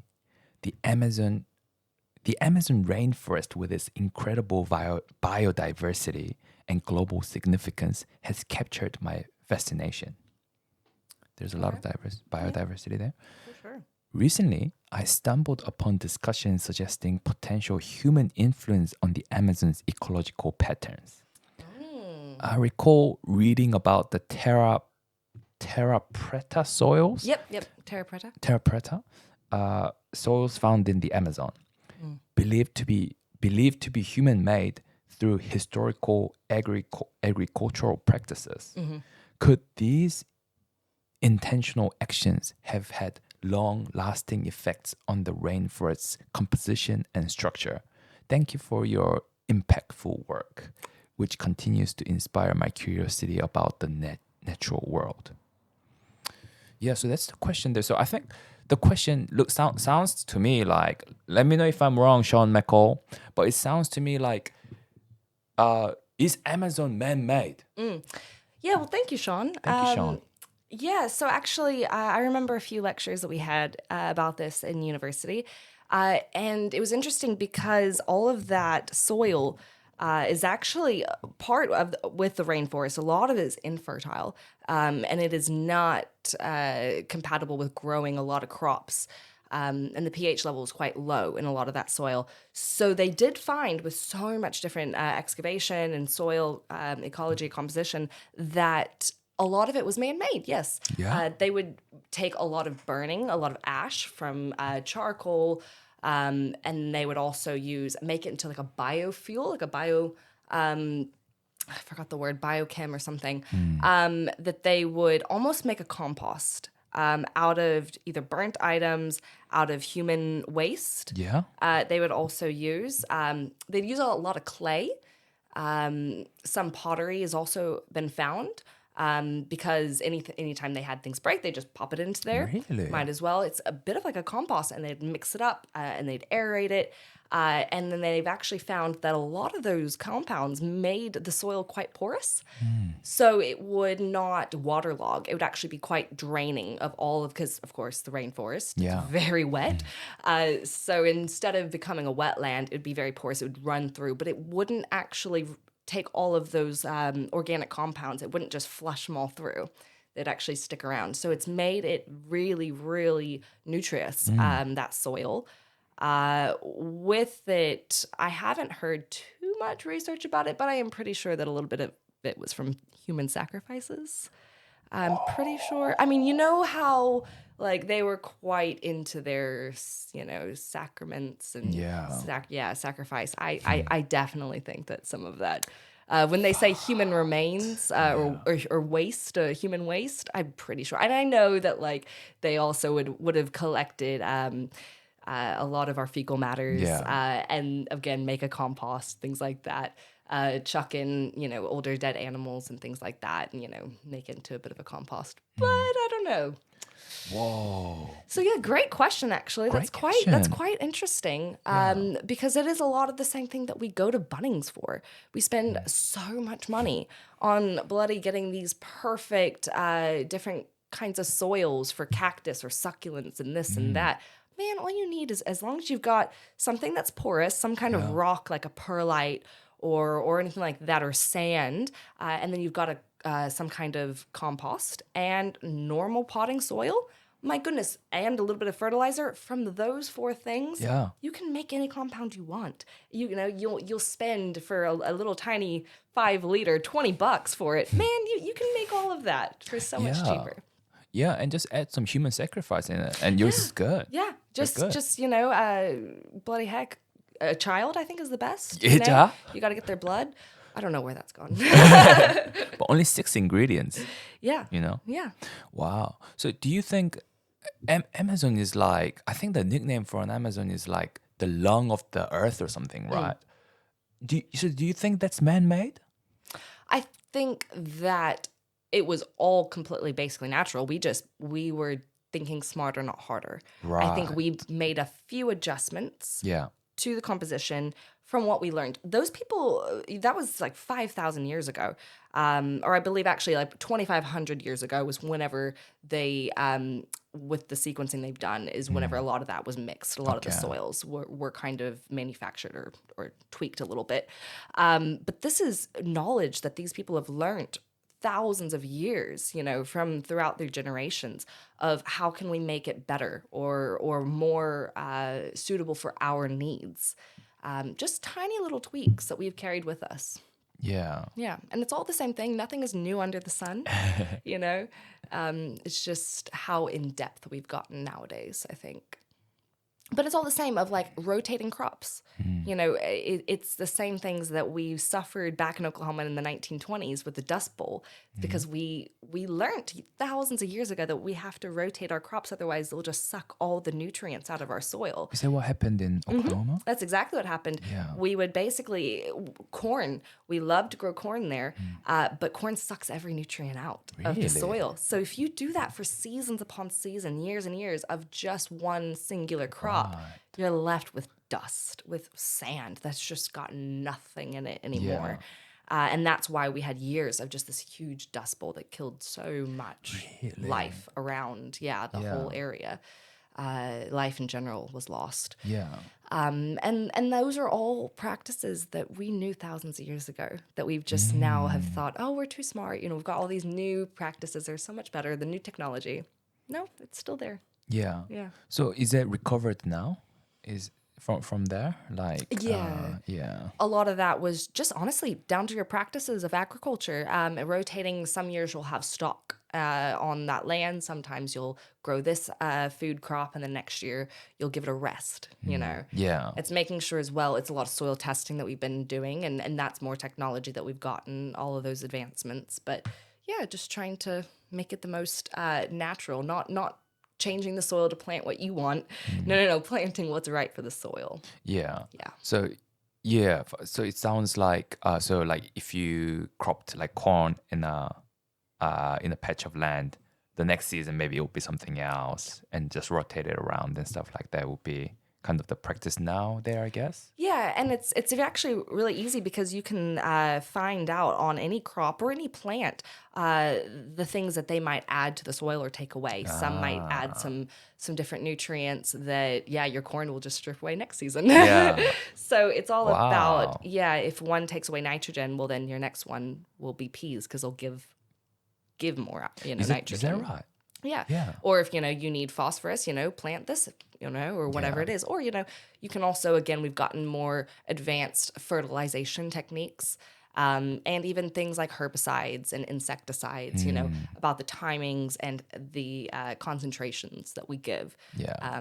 Because, we don't want to be changing too much. Yeah. Yeah. Yeah. Now, the recent thing for me is like the herbicide, like the roll up and glyphosate. I heard about like potential harm it may cause. I think there was some evidence that showing that it's linked to like cancer, I think. And what else was there? That's the one that I remember. And so I kind of switched a lot of my diet to being more organic. What are your thoughts on that? Yeah, so Roundup does have a lot. Roundup, that's right. There's been a lot of talk about them, and it's quite controversial, a lot of it, because we use, in my industry, a lot of the same base chemicals, those active ingredients, as they do. The only difference is that whenever you buy a Roundup, it's all the other things that they've added into it to make it their brand, to make it, an extra to be able to spray it in the rain or whatever their purpose might be. I guess the difference between Pepsi and Coca-Cola, they both have a carbonated soda, a cola, but they're just a little different. The Roundup, can be sometimes unsafe because they were using compounds back in the day that were not health suitable. Okay. So with the chemicals that we use, the same active ingredients, we are just quite mindful about all the extra additives, the surfactants, the things like that, that will help it bind to the plant, but also what's the safest one we can use. Yeah. So that's our kind of advantage in that we don't use a name brand. Yeah. Exactly. It's already been formulated for us. So you don't necessarily seek out just organic fruit and veggie. I don't personally, although I will always recommend a bit of just wash it with some water, Right. rinse all of your fruits, because they have seen that you would need to eat so much of a concentration. And that's always the case, is that the dose makes the poison. If you eat, it would take so many eating of a type of fruit to actually get any kind of poisoning or any adverse reaction. You'd actually get something bad from the apple itself, some compound, you'd get whatever before you'd actually suffer from, because a lot of that is within the seeds. Monsanto is massive when it comes to GMOs. And a lot of their seeds are already formulated to prevent the weeds or the insects that will pop up whenever those start to sprout. And that's their specific seed that they now have patented. But to do, to actually get a negative health benefit for all of the positives that you will get when it comes to the resistance of, different types of weeds or insects that will actually kill your crop completely to where you have nothing left, it's all gone. Yeah, the advantages to actually supplying the world with growable food versus that tiny little maybe issue that it's actually just been really exaggerated in the media. Yeah. Yeah. I think that the world would benefit so much to be able to grow more, Yeah. whatever the cost is. That's good to hear. That's good to hear. Yeah. Apparently they found like in glyphosate in like 90% of people or something from like food consumption or something. Yeah, I heard something about like there was a video with Neil deGrasse Tyson, I believe, about that. They were finding it in some like ice cream, in like blueberry ice cream or something. I guess you would anything to do with fruit or veggie, right? Like, Yeah. yeah. And there was something crazy of like he was saying you'd have to eat like 90,000 like liters or something to even see any negative effect. Yeah. I know a lot of it has just been people that are quite loud that are making a big deal out of things. Yeah. But glyphosate is actually one of the I really like using glyphosate because it's extremely selective. And it also does not absorb through the skin. Okay.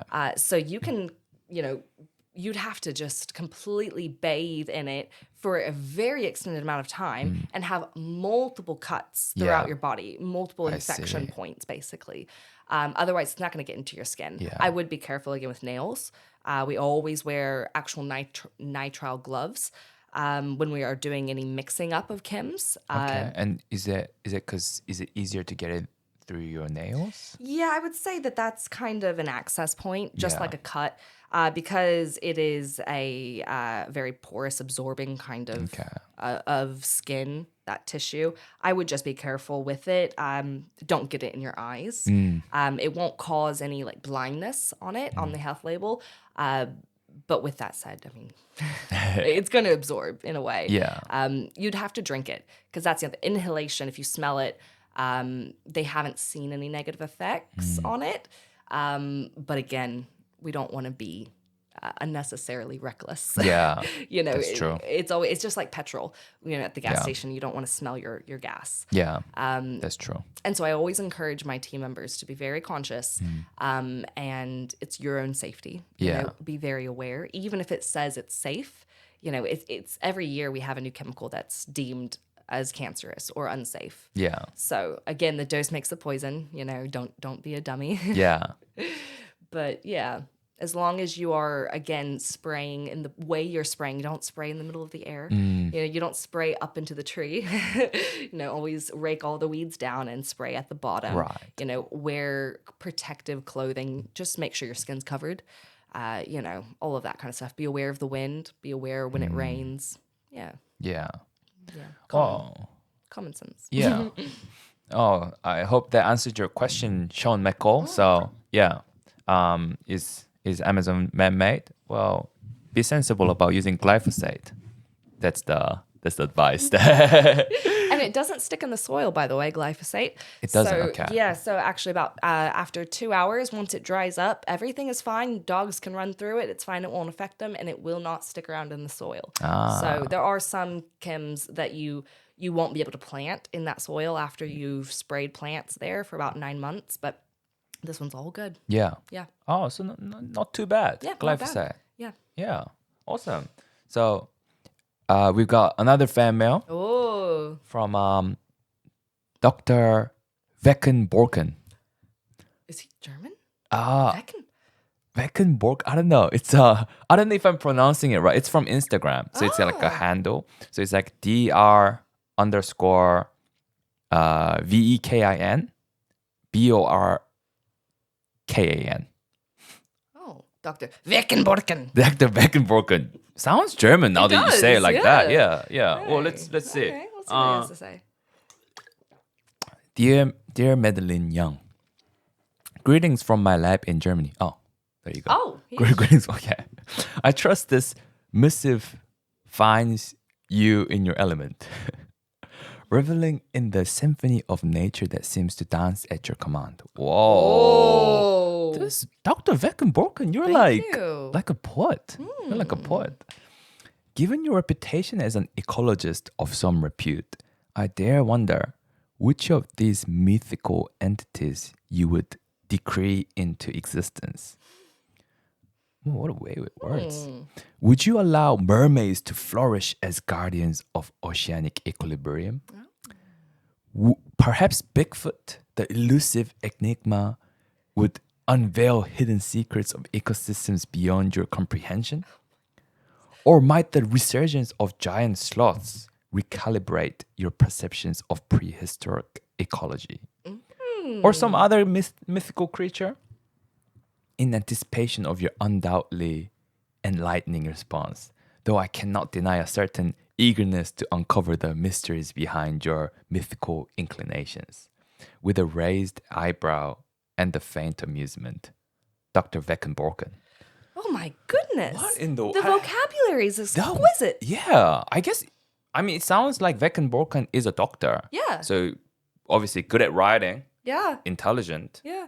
So, wow, I was like struggling to read there almost. Someone's taken a creative writing course. For real. Oh, thank you. Thank you for your letter, Dr. Veckenborken. Yes, thank you so much, Dr. Veckenborken. Veckenborken? I really appreciate that. Yeah, let us know if you are pronouncing your name correct. Veckenborken. Yes, Yeah. I sent him a LinkedIn or a Club Penguin Yeah. message. Yeah. Hit me up on Club Penguin.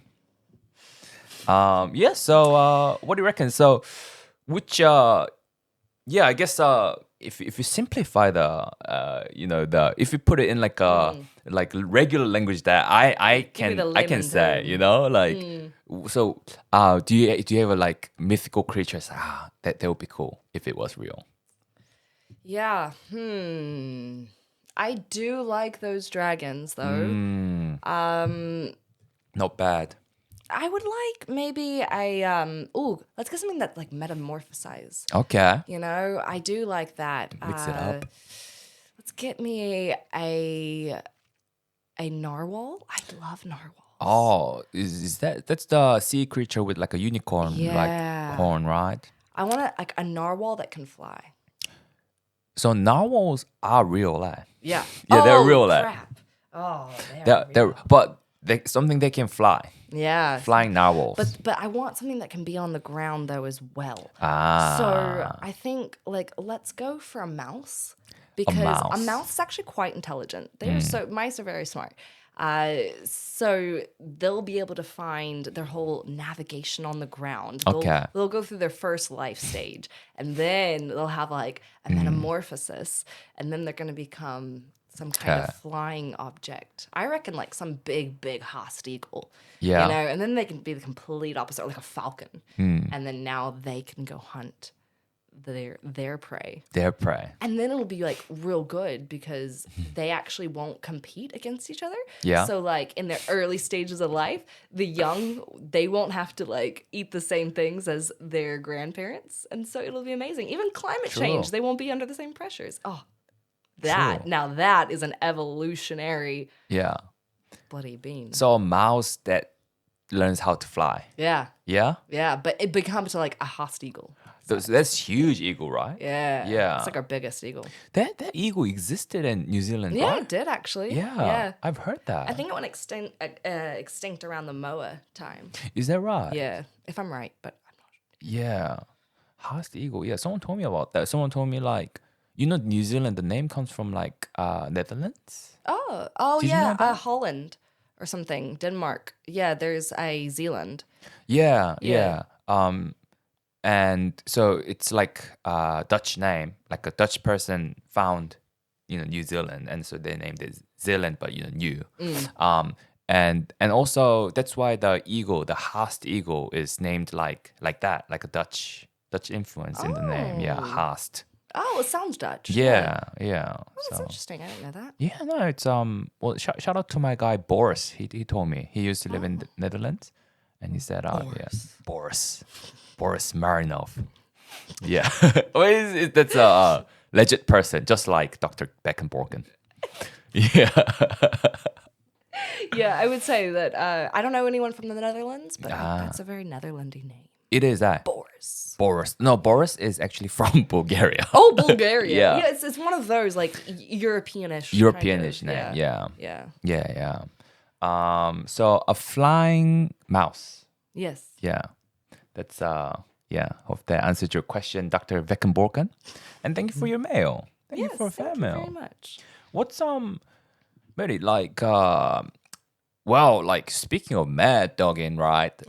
Moving to New Zealand from Oklahoma is pretty mad dogging move. Don't you think so? Would you say so? It was very ambitious, Yeah. for sure. And yeah, I don't know. I just got this crazy little twig up my bum that, oh man, this would be crazy. And yeah, I didn't know anything about it. Didn't know where it was. Didn't know where it was. I thought it was like maybe up somewhere by Norway. Yeah. Before I Googled it. Okay. I mean, yeah. Zealand is probably, around the area, right? Like, yeah. Yeah, it just kind of sounded like it, I guess. And yeah, I was so lucky that I was in my last year of high school and I went to a preparatory high school. So we had about 2 weeks of college visit days, of university days that we could take off. And I was able to use all of those for my New Zealand visits. So I visited at both AUT and Auckland University. Ah. Yeah, and fell in love with it while here. And pitched it basically to my mom whenever I had gotten everything together, and I was like, okay, this is what I'm going to do, and this is where I'm going to stay, and I've already made my contacts at the university, and this is the nearest hospital. Oh. So at that point, she was like, well, you've got the money saved, you've got all of these, I know where the hospital is, so I guess I'll have to let you go. And, Yeah. it would be a disservice not, I guess, is what she had said, to let me go and pursue my dream in New Zealand. So Yeah. very lucky and very fortunate to be able to have been given that blessing Yeah. by my family. Is it like a normal thing to do, like making sure you live near hospital? Oh, I was just like of like, I kind of laid it out to where it's like, this is my excitement. I've got everything planned from A to Z. And even if I mess up, this is the, you don't have to worry. You can't basically tell me no at that point. Right. Because it's like, I see. I'm doing all the things you would have told me, of saying, oh, well, what if something goes wrong? What are you going to do? And it's like, oh, well, I found what I'm going to do. Yeah. And True. and yeah, so I was very lucky to be given that, that blessing.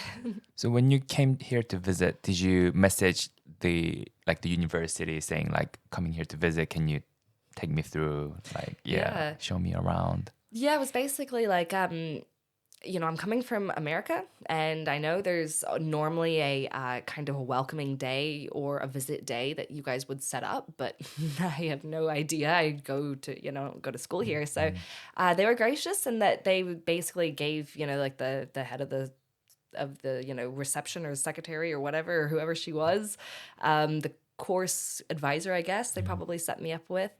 Just to kind of show me, what lecture rooms would be like if I was going to be studying, what buildings I would do, and just like the campus facilities, what's available.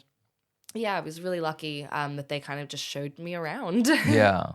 And they also connected me with just a few students as well. So I was able to shadow them. Oh, wow, really? Yeah, I shadowed them for a day each, and that was very helpful. Yeah. Just to kind of get a perspective, because it was very different than in the States, down to the even time that you spend in university, because it's normally 4 years for a bachelor's degree in the States, whereas it's 3 years here. So all of that down to student life, it's completely different. Yeah. Yeah. There's no one in New Zealand telling you to go to class as well. At like a big university, you're on your own. There's no attendance. You don't have to go to class. Maybe your labs or your tutorials, but in the States, it's very much like you have to sign in, and like if you don't have a certain day of attendance, then you're not going to graduate. You won't pass that course if you're not there. Yeah, that's crazy. So it was a test of strength and endurance of actually showing up to class. Yeah. At least when we were told as kids that you would have a lot more people looking over you. You don't, at least here. So yeah, if you want it, you gotta make it. Yeah. Where did you live because you came here for university. Did you stay in like one of the university accommodations? Yeah, I stayed in Huia Halls. Yeah, Huia. And they've done such great renovations to it. It was good when I was there, but it was still a bit older kind of facilities. It used to be the old nurses' quarters for the hospital. So yeah, that was the biggest, I guess, helper when it comes to getting my mum to let me come over. Is like I'm legit right next to the hospital. That's true, yeah. Like I literally stay within a 2-minute walk. Yeah, if that. that's true. Yeah, so I was very lucky and very close to university. I got a scooter, so it took me 30 seconds to get to uni every day. Oh, nice. Yeah, it was nice to be connected, and everyone was so friendly at Huia. And the best, I would say, example of like if you're going to move overseas, man, do it during like a time of university where everyone is trying to make friends. That's true. Yeah, joining clubs, trying to be social. It's so much harder to make friends outside university. Do you find that? I have found that, and I've been very lucky with my industry because the people I work with are very interesting and fun to be around. Yeah. But yeah, I would say that New Zealand is a bit more cliquey. Ah, Yeah. you find that. Yeah, and they have their friends that they've been with for a while, so long. Yeah. And they don't really open up sometimes. So it's hard to sometimes get into groups, but yeah, that's why I love being with Shane, because I get to piggyback on all of his friendships and make my own out of them. Yeah. Oh, that definitely helps. Oh, it does. Yeah, because you get immediately integrated into, the groups that Shane's in, right? Mm-hmm. Yeah. Yeah, so many experiences I've had. Yeah. Yeah. Wow, like it's crazy. Not knowing anyone here, because usually when I hear people moving from like, I don't know, England to New Zealand, or just because New Zealand's like near nowhere, right? It's usually like, oh yeah, I've got like my grandparents here, my uncle here, that kind of thing. Yeah, it's crazy that, but I think you're right. I think you moving here for the university did a lot of good things, right? Like, easier to make friends than compared to if you were to move now, for example. Yeah, make the move now and. Yeah, and I think it instilled those kind of qualities of, if you want something, you've got to go get it yourself. You gotta go get it yourself, yeah. Yeah, it's like no one's going to get you out of a problem except for yourself. It did because, fosters independence. Yeah. And very lucky to have all of those. And just also new experience. It was great at a young age, very formative years, 18, it's a much better experience than, say, when somebody's just 30 years old even. It's not much older, but you're already kind of set in your ways a little bit. So it's even more difficult to overcome different challenges you might face or different experiences or adaptability for sure. That was something, to me, it was quite interesting because there were certain people groups completely that I never come into contact with until I came to New Zealand. And that was so amazing. Yeah. Just to widen my interests and all the experiences were so cool. How did you find the accent when you first moved here? Oh, I love it. And I Yeah? still love it.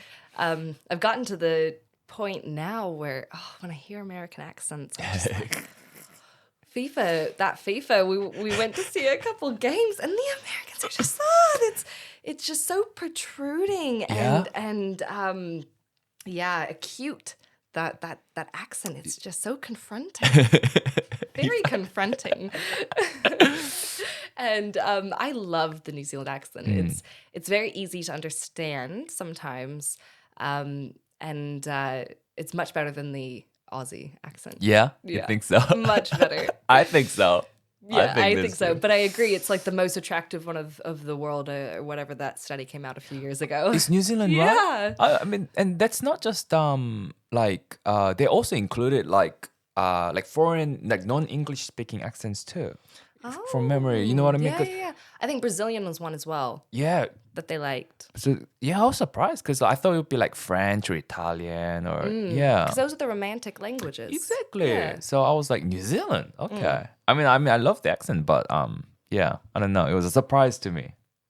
I like the more, it's just more relaxed. So much more relaxed. And with the Americans, it's just like, oh, why are you so intense?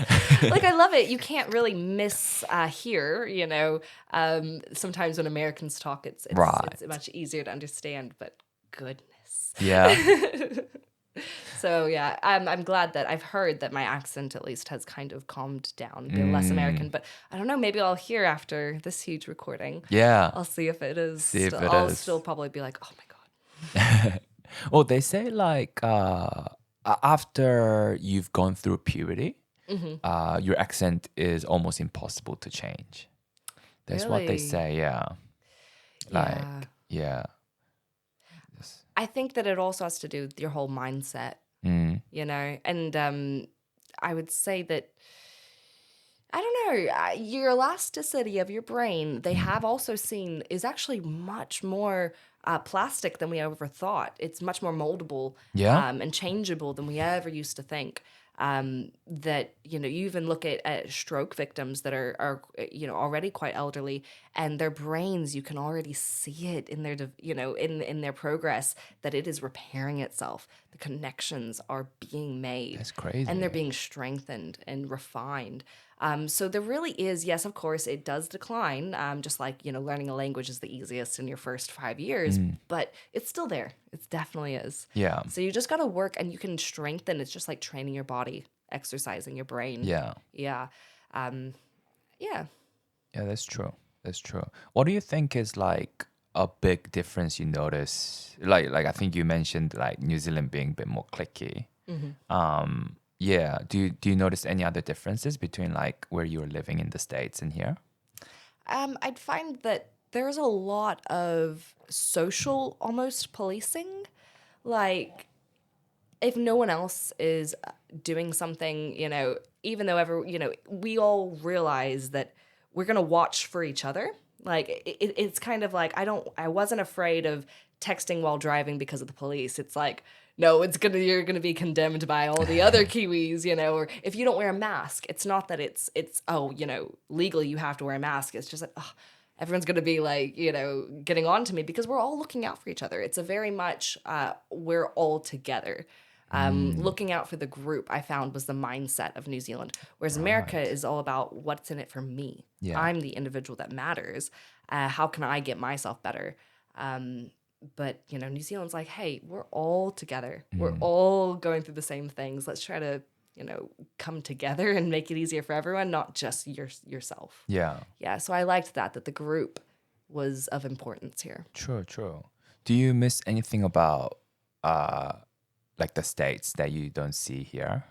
Whether it be like something physical things like a food or maybe maybe or like more things are available in you know, in the States than I don't know, yeah. I do miss the convenience sometimes. But of course, you know, if your life, every time you get, you know, once you get a digital clock, you start forgetting how to read analog. Yeah. So I can't complain too much, because, you know, you get takeouts it's like Uber Eats times 10, you know, and it's so cheap and it's so accessible and easy. It just makes you lazy and Yeah. all of these things. So I'm glad that sometimes things are not as convenient here. But I'd say I do miss the energy. I do. Americans have an energy about them. It can also be exhausting, though, sometimes. But they're very, very sociable. They're very, they wear their heart on the sleeves. You know, we're very open, I would say. I find that Kiwis sometimes aren't as open. But, you know, I don't see really anything too negative about any of those.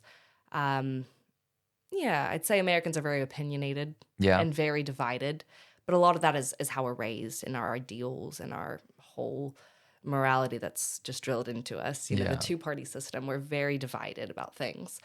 Whereas, you know, even just the parliamentary system is a good way to, you know, make an example of we're all in it together. You know, we're all trying to find common grounds and the best way to execute it. It's not just black and white. Yeah, so I like that about New Zealand. And everyone was quite friendly and accepting. Yeah. And, you know, understanding. Yeah. They're not better. No one's trying to at least fake that they've got it all going on, you know.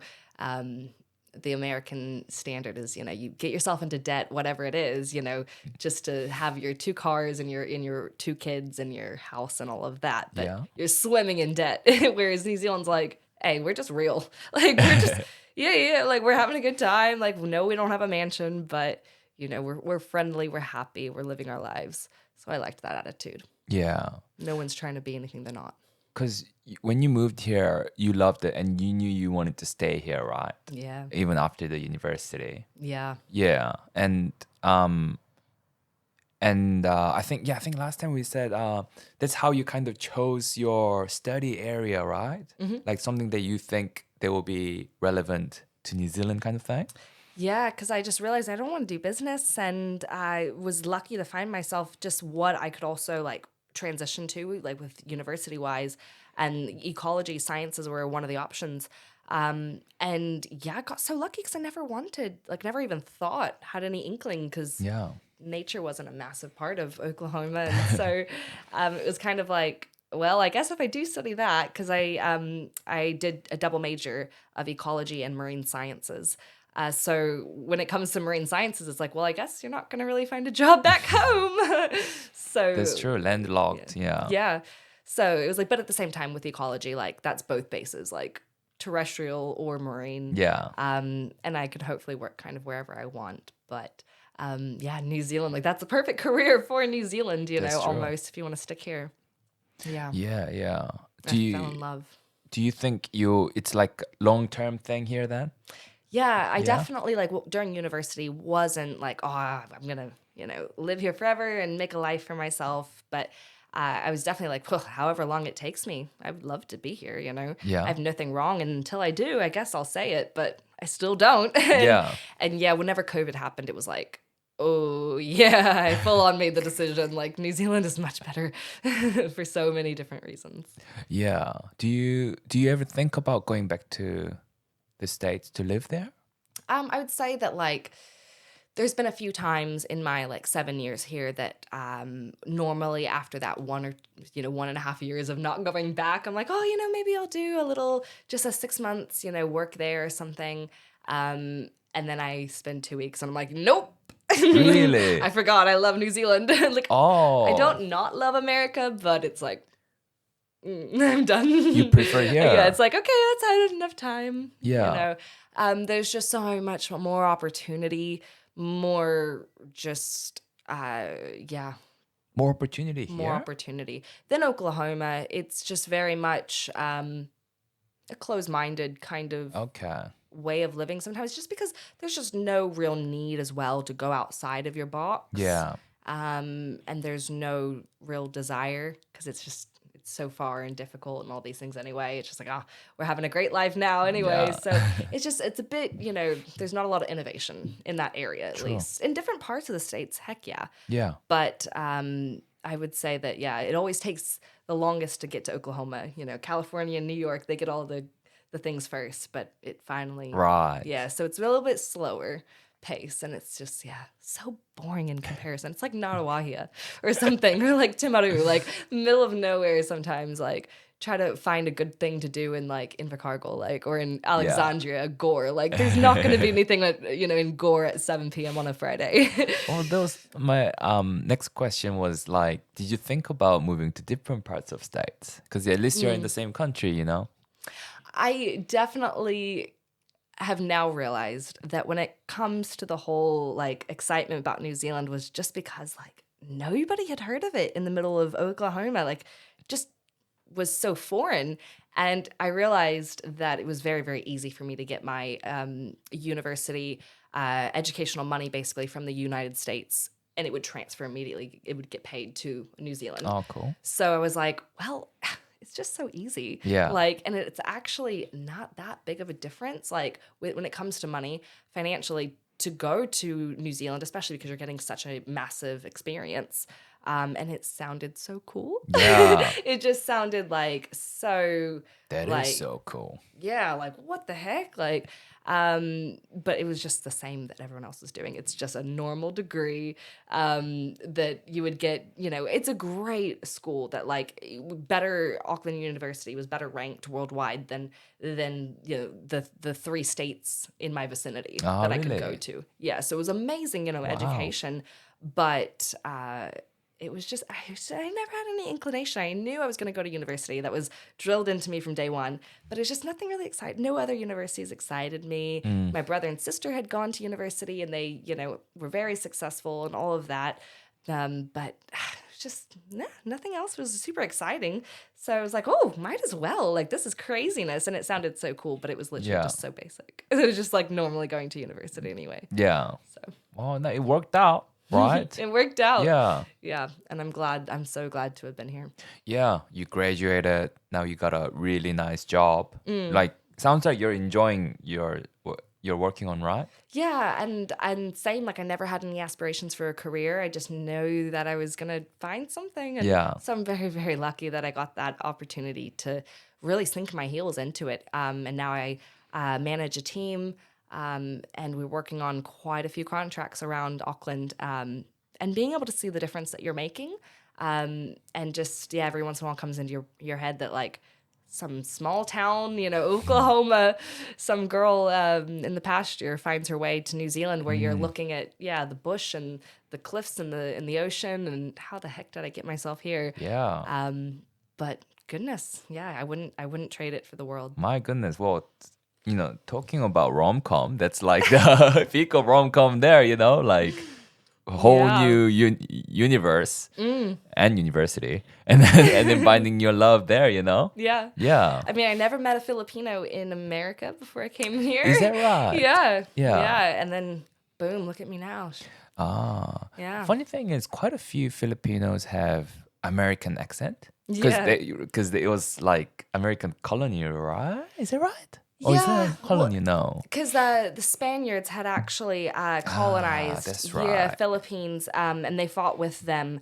But there was actually a massive like kind of treaty, I guess, like a work treaty, economic with the Philippines, where a lot of the nurses and a lot of the healthcare staff would basically do like an exchange. I see. And they'd come over to the States a lot. So a lot of our nursing industry was completely dominated by Filipino workers. Yeah. Yeah, a massive asset to our country. Yeah. They must have like kind of carried on to like the rest of the world, because even in New Zealand, there are a lot of Filipino nurses. I think it has something to do with like their attitude, their mindsets, the way that like there's a massive care for their family members, Yeah. for their elderly. That's just instilled in them, and I think, and they can be the most lovely and like warm, actual, caring, warm-hearted people. So I think that's just a quality that I really enjoy. Yeah. Yeah. So I guess that's like suits the nursing. Yeah, well, aspect that's of the it, thing. You Yeah. have to be caring. You've got to be empathetic, like, Yeah. and see people at their worst and get them at their best, and build them back up. I think that's just a quality of people that is just instilled in them. Yeah. Yeah. What's your favorite plant, Maddy? Well, that's my favorite question. Is your favorite question? I do. I love asking like new people, like, what's your favorite plant? Yeah. And mine changes all the time. Okay. All the time.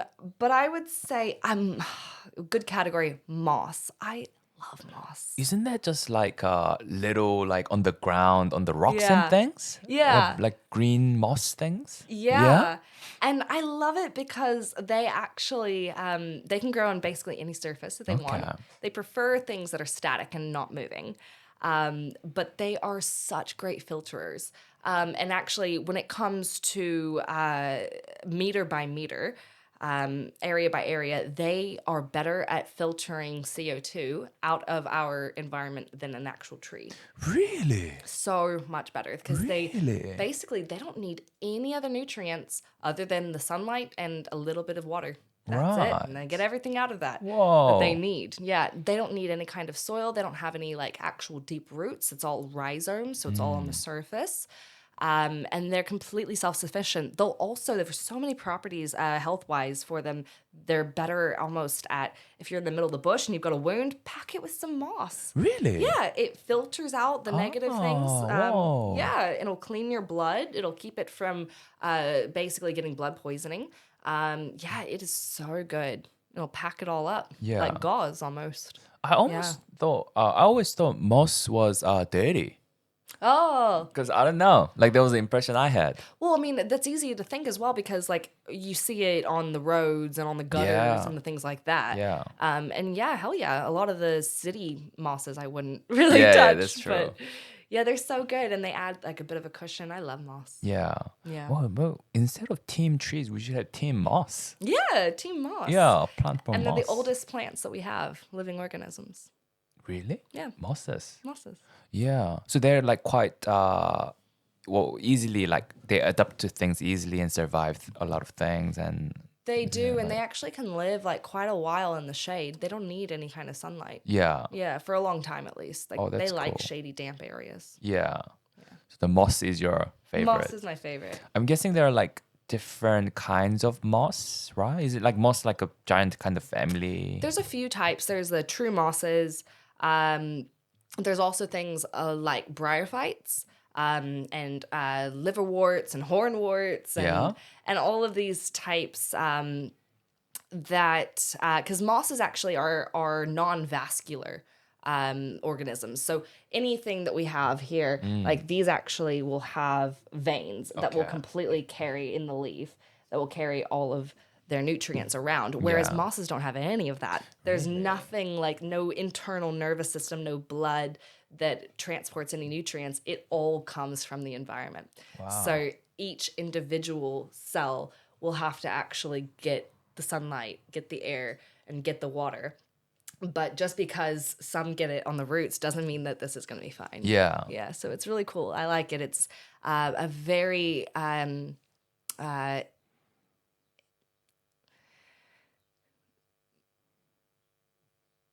forgot what I was going to say.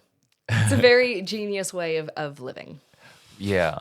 The way it evolved into what it is today, I guess, is... Yeah. It's ancient. Yeah. Hey, what are your... I've got kind of like a running topic, like few topics that I bring up quite often in like my podcast. One of the things is like mushrooms. Oh, Just because like my first two guests, like they happen to know a lot about mushrooms. So yeah, do you? Because I've heard like I forget the name of it now, but I heard like they're connected through like all these intricate like ways. Like yeah, have you heard about that? Like yeah, and like their rhizomes as well, like all of their root networks. Yeah. Just like with trees, like they actually communicate with each other. yeah, that's crazy, right? Yeah, and it's kind of like even with like with energy, whenever one is negative, like they can sense that there is a loss, there's a negativity in this area, and so boom, they'll be sharing waters or they'll be sharing nutrients over to basically get it back to homeostasis, to normality. Really? But they can sense those fluctuations and their changes in each other Yeah, in the concentration. Yeah. that's crazy. That's crazy. I feel like there's so much we don't know about like plants and how they communicate things. And there's heaps of medicinal properties. Yeah. Yeah. With mushrooms, right? Yeah, with mushrooms, with heck, any living compound really. Yeah. But I know that mushrooms can make you a very fun guy. You were saving that up for a while. Yeah, you had that. Yeah. Oh, good trigger. Good trigger. Oh, Yeah. Now, in the Amazon, I was listening to this guy who's from America, and he like was super curious about the Amazon. Okay. So he like visits there now. Like he's visited there and explored there like several times. So like he's quite like obviously like knowledgeable. Like how to survive. So he's got the basically hands-on experience kind of thing, like living there. Okay. And he was saying like the amount of knowledge people that were born there and live there is like they're like plants and things that you can treat, like wounds or insect bites. Anything to really survive, right? Yeah, there are a lot of things that there that we don't know in like the modern, more Western medicine. Yeah. There'd be heaps of medicinal properties that were passed down throughout the generations. Yeah. And then as soon as the language isn't being used anymore almost, those haven't been talked about. Yeah. Any of those kind of practices. And I know that we have that with a lot of Maori medicines, with Rongoa Rako, that we are thankfully getting a lot more funding into and a lot more research. But it is a massive thing of contention, a massive point, because who owns the rights That's true. to these to these plants? A lot of big pharma have been using it that we know specifically from New Zealand plants. and that I really wish that we had more legislation on before we Yeah. do a bit more research, because a lot of that has always been there. But Robert Greene, sorry, not Robert Greene. I'll come back to that on on the name. Andrew Crow. Okay. He's got a few books, actually. He's my New Zealand plant daddy. Ah, I call him. Andrew Crow. Yeah, Andrew Crow. Shout out Andrew Crow. Yeah, New Zealand plant daddy. Yeah. And he's got some amazing resources when it comes to medicinal, edible, and just different types of plants of New Zealand for identification. So much knowledge. Yeah. Yeah, so much knowledge. Is he like a researcher or ecologist or? Yeah, he is an ecologist, and I can't remember his exact background. Yeah. But I know that a lot of these people that I've read a lot of information about edible different plants, like they were just children that had come over with their parents Yeah. or were born here and were just so fascinated by the landscape and what they saw here. And they were lucky to be able to have older people who knew what will work with these plants and what won't work, and taught them so much. And they've been able to further the next generation in a lot of that learning, passing it down, because without a lot of these people, we wouldn't have had that written down. Yeah. Yeah. That's so lucky, because that's like generational knowledge Mm. that was developed over time, over a long time, right? So having that written down is so valuable. It is. Yeah. And I even heard like with the mushrooms as well. There was this guy who was saying like, those mushrooms that like is it hallucinogenic mushroom? Oh, yeah, hallucinogenic mushrooms. Yeah. So he, apparently there's a lot of benefit to those. Like he was saying like it fixed his stutter. There was this guy claiming that. So and there's like even medically as well, it's being used to treat like traumas, right? There are a lot of mental health benefits that we're Yeah. seeing. And it is really, really helpful when it comes to like depression or addiction, kind of almost opening a different gateway, a pathway. It's really good with brain chemistry, with rewiring your brain chemistry. Yeah. And I agree with it. I haven't heard too much, unfortunately, because we don't have a lot of legislation that allows our experimentation on it. But I definitely can see a lot of health benefits, and even just from some small hearsay, just from the average person, that it is doing massive properties when it comes to addiction and depression and a lot of trauma. Yeah. Would you or have you tried some?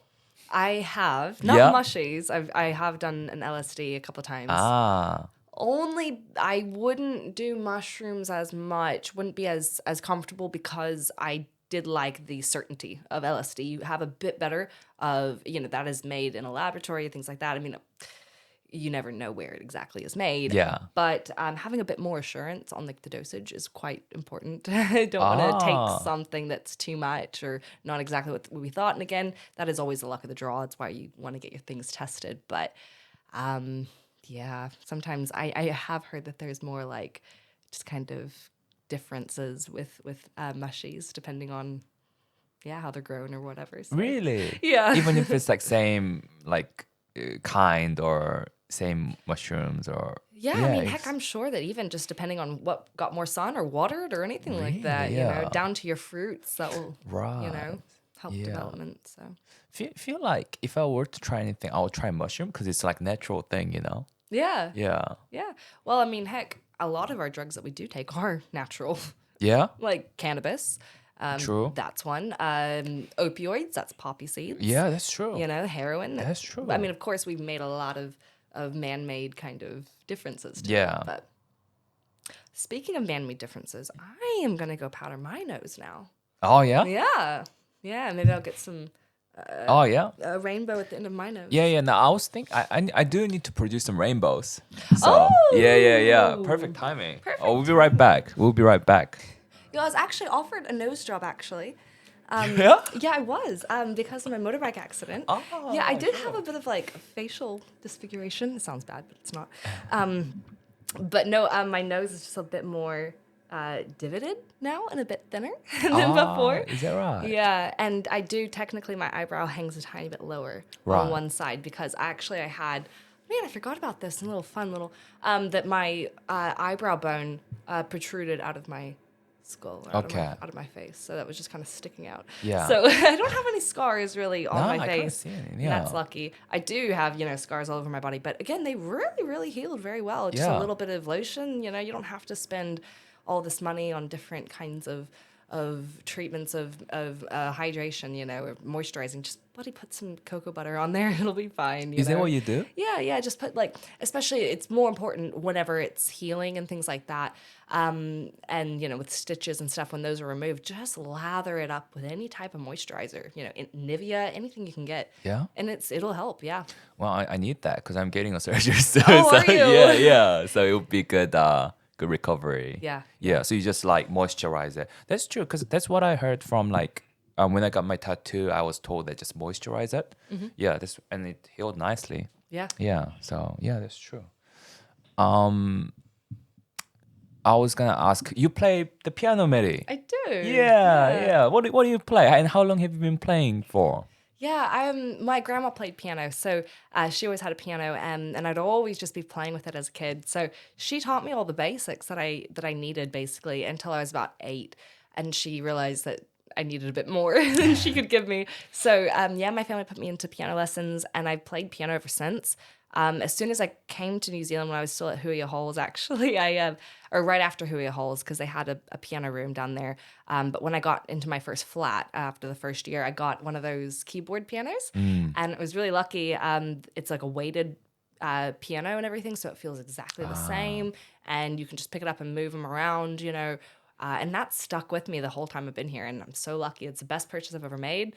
That has been so good because it's quite therapeutic playing piano. And I just play, honestly, really anything down from different Marvel movies. Like I've gotten a few of those themes because that's just so interesting and fun. And it's a great crowd pleaser to bring out. Yeah, especially with the handy hippos. It is, yeah. It's got to have a few of those. Peaches by Jack Black. Oh. Yeah, the peaches.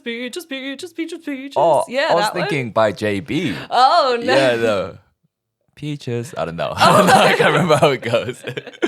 Yeah, no, just, By yeah, Jack some Black, fun okay. ones. But even just a lot of Halsey I love to play. It's again therapeutic, and Melanie Martinez, a lot of her, and even rap songs. There's so many different songs that are beautiful. What's that one? Kid Cudi, By Design. Okay. Oh, you listen to that track, and then you can just start tinkering on the piano. A lot of it's playing by ear, but boom, now you have a fun melody that you can just play, and Yeah. it's really cool just to have that, be able to put it out onto from your brain into your fingers almost. Oh, so you play by ear? A lot of it I'll play by ear, and then a lot of it just sheet music. But recently I've had to play by ear a lot more because I've found myself wanting to play songs that there are no music for, like rap songs. Yeah, You're not going to find any piano score for any Kendrick Lamar song. Yeah.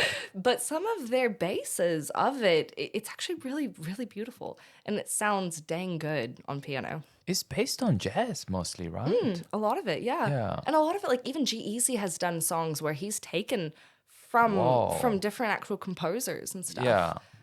From Claire, from Debussy and all of this. Yeah.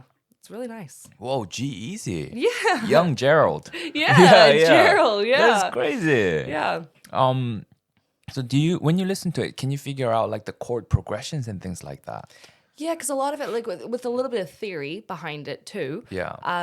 You can kind of, you already know your scales. You already know what chords will harmonize with other chords, what key it's in. And so from that what your scale is going to be, what your selection, your available notes. And I like that because people think of it as a massive feat to be able to compose something, but it's actually it's once you realize your parameters and what you have to your as an option, it's actually not too hard. You don't have to. It's not too confusing at that point. Yeah. No, true. Well, yeah, it's been awesome chatting to you, Maddy. Such an interesting conversations. Yes, thank you so much for having me on. Oh, my pleasure. I feel very, very lucky and privileged to share my stories. Oh yeah, no, the pleasure's all mine and the listeners. Well, you're not big on social media, right? I'm not. Right. So, is Yeah. there anything that you wanna put it out there? I don't know, your LinkedIn or your YouTube channel, Instagram, Club Penguin. What's out there, Maddy? How can we find you if you wanna reach out? So yes, you can find me on Facebook. Madeline Young Yeah. is my name. I never really got massive into social media because I could see back in high school how it was a bit detrimental to health, like your mental Fair. health, and how you're always comparing yourself, and Yeah. everyone always posts the good things about their lives. But yes, I am also on Facebook. Yeah. Cool. Before I've got one last question to wrap this up, but I stalked you on Facebook, and we have a mutual friend, Reina. Raina. Yeah. Oh, really? Yeah. I did cheerleading with her. She did cheerleading. Yeah. Sure. Yeah, I didn't know that. Yeah, she's a doctor, right? Yes. And I'm flirting with a doctor. Oh, okay. Yeah, and my friend Kelly, who's good friends with Reina. Right. Yeah. Yeah, no, she was amazing. I've met her at Auckland University. Yeah. So No, she's years super cool. ago. I think she's engaged now with Sunny. I don't know if you met Sunny. I did not get to. Yeah, might be before they started going out. But yeah, she's engaged now. But I mean, I've seen her maybe like a year and a half ago or something. But yeah, no, I mean, they seem really good together, and she seems happy, and she's a doctor, so not doing too bad herself, right? Yeah. Yeah. Oh, well, that's amazing to hear. Because I remember her as being a very warm person that Yeah. was very caring, and always just happy to do whatever was easy for everyone else. She was a very yeah. Yeah, no, she's super cool. She's super cool. Yeah. So the last question, Maddy. What? So you moved to New Zealand by yourself, right? Went through these accidents, right? Even just moving here by yourself. Some might say that's not an easy feat, right? It's not a it's there are some hardships that could come out of it, right? Like not knowing anyone here, making new friends, and getting used to the culture, and and so on, and accidents, of course. A lot of things that you went through, and having come out of that, you're on the other side of, well, I guess you can't say you're on the other side, but if there is one, but right now, like what we talked about, that like you went through that all, and you kind of see it as like opportunity for growth and things, right? What do you think for someone that might be going through it, or that might go through something like that kind of experience? What would you say to them? Like, is there anything you'll say to them, or is it just like you'll be fine? I don't know. Oh, that's a good one. Well, I think that Hilary Duff, she said it best. I believe back in like 2007 or something. She said, "Why not take a crazy chance? Yeah. And why not do a crazy dance?" Okay. Because like she says, it may take a little, it may take a lot, but why not? Why not? But why not? Because you will be holding yourself back. You are taking away from your own happiness in a way. Yeah. Because yes, it can always be difficult. It can be so scary to say, I'm going to start a new job, or I'm going to change my life and go in a different direction, or I'm going to go back to university. That's a big change. But if it is worth it to you, if you can see that, hey, it's going to be hard, but I'm going to be better at the end, well, that's the sign of maturity as well. Delaying immediate pleasure for future gratification. Yeah. I think that's a quality that is one to be respected. True. And that is growth that no one is going to do but yourself. Yeah. Being aware that everything you say yes to is something you're going to have to say no to. That's true. But if it is an engagement or an activity that will encourage you and uplift you, give you energy, and not take away and drain you, well then, heck, why not? Why not take a chance? Why not do a crazy dance? That's the one, man. That's the one. Well, yeah, what a way to end it. Well, thank you very much, Maddy. Thank you so much And for having me. Thank you. Bye. See ya. Cut. Everything goes. Everything goes. Woo! This is my new ending song. And wait till the credits, guys. I'd like to thank my mother and my father.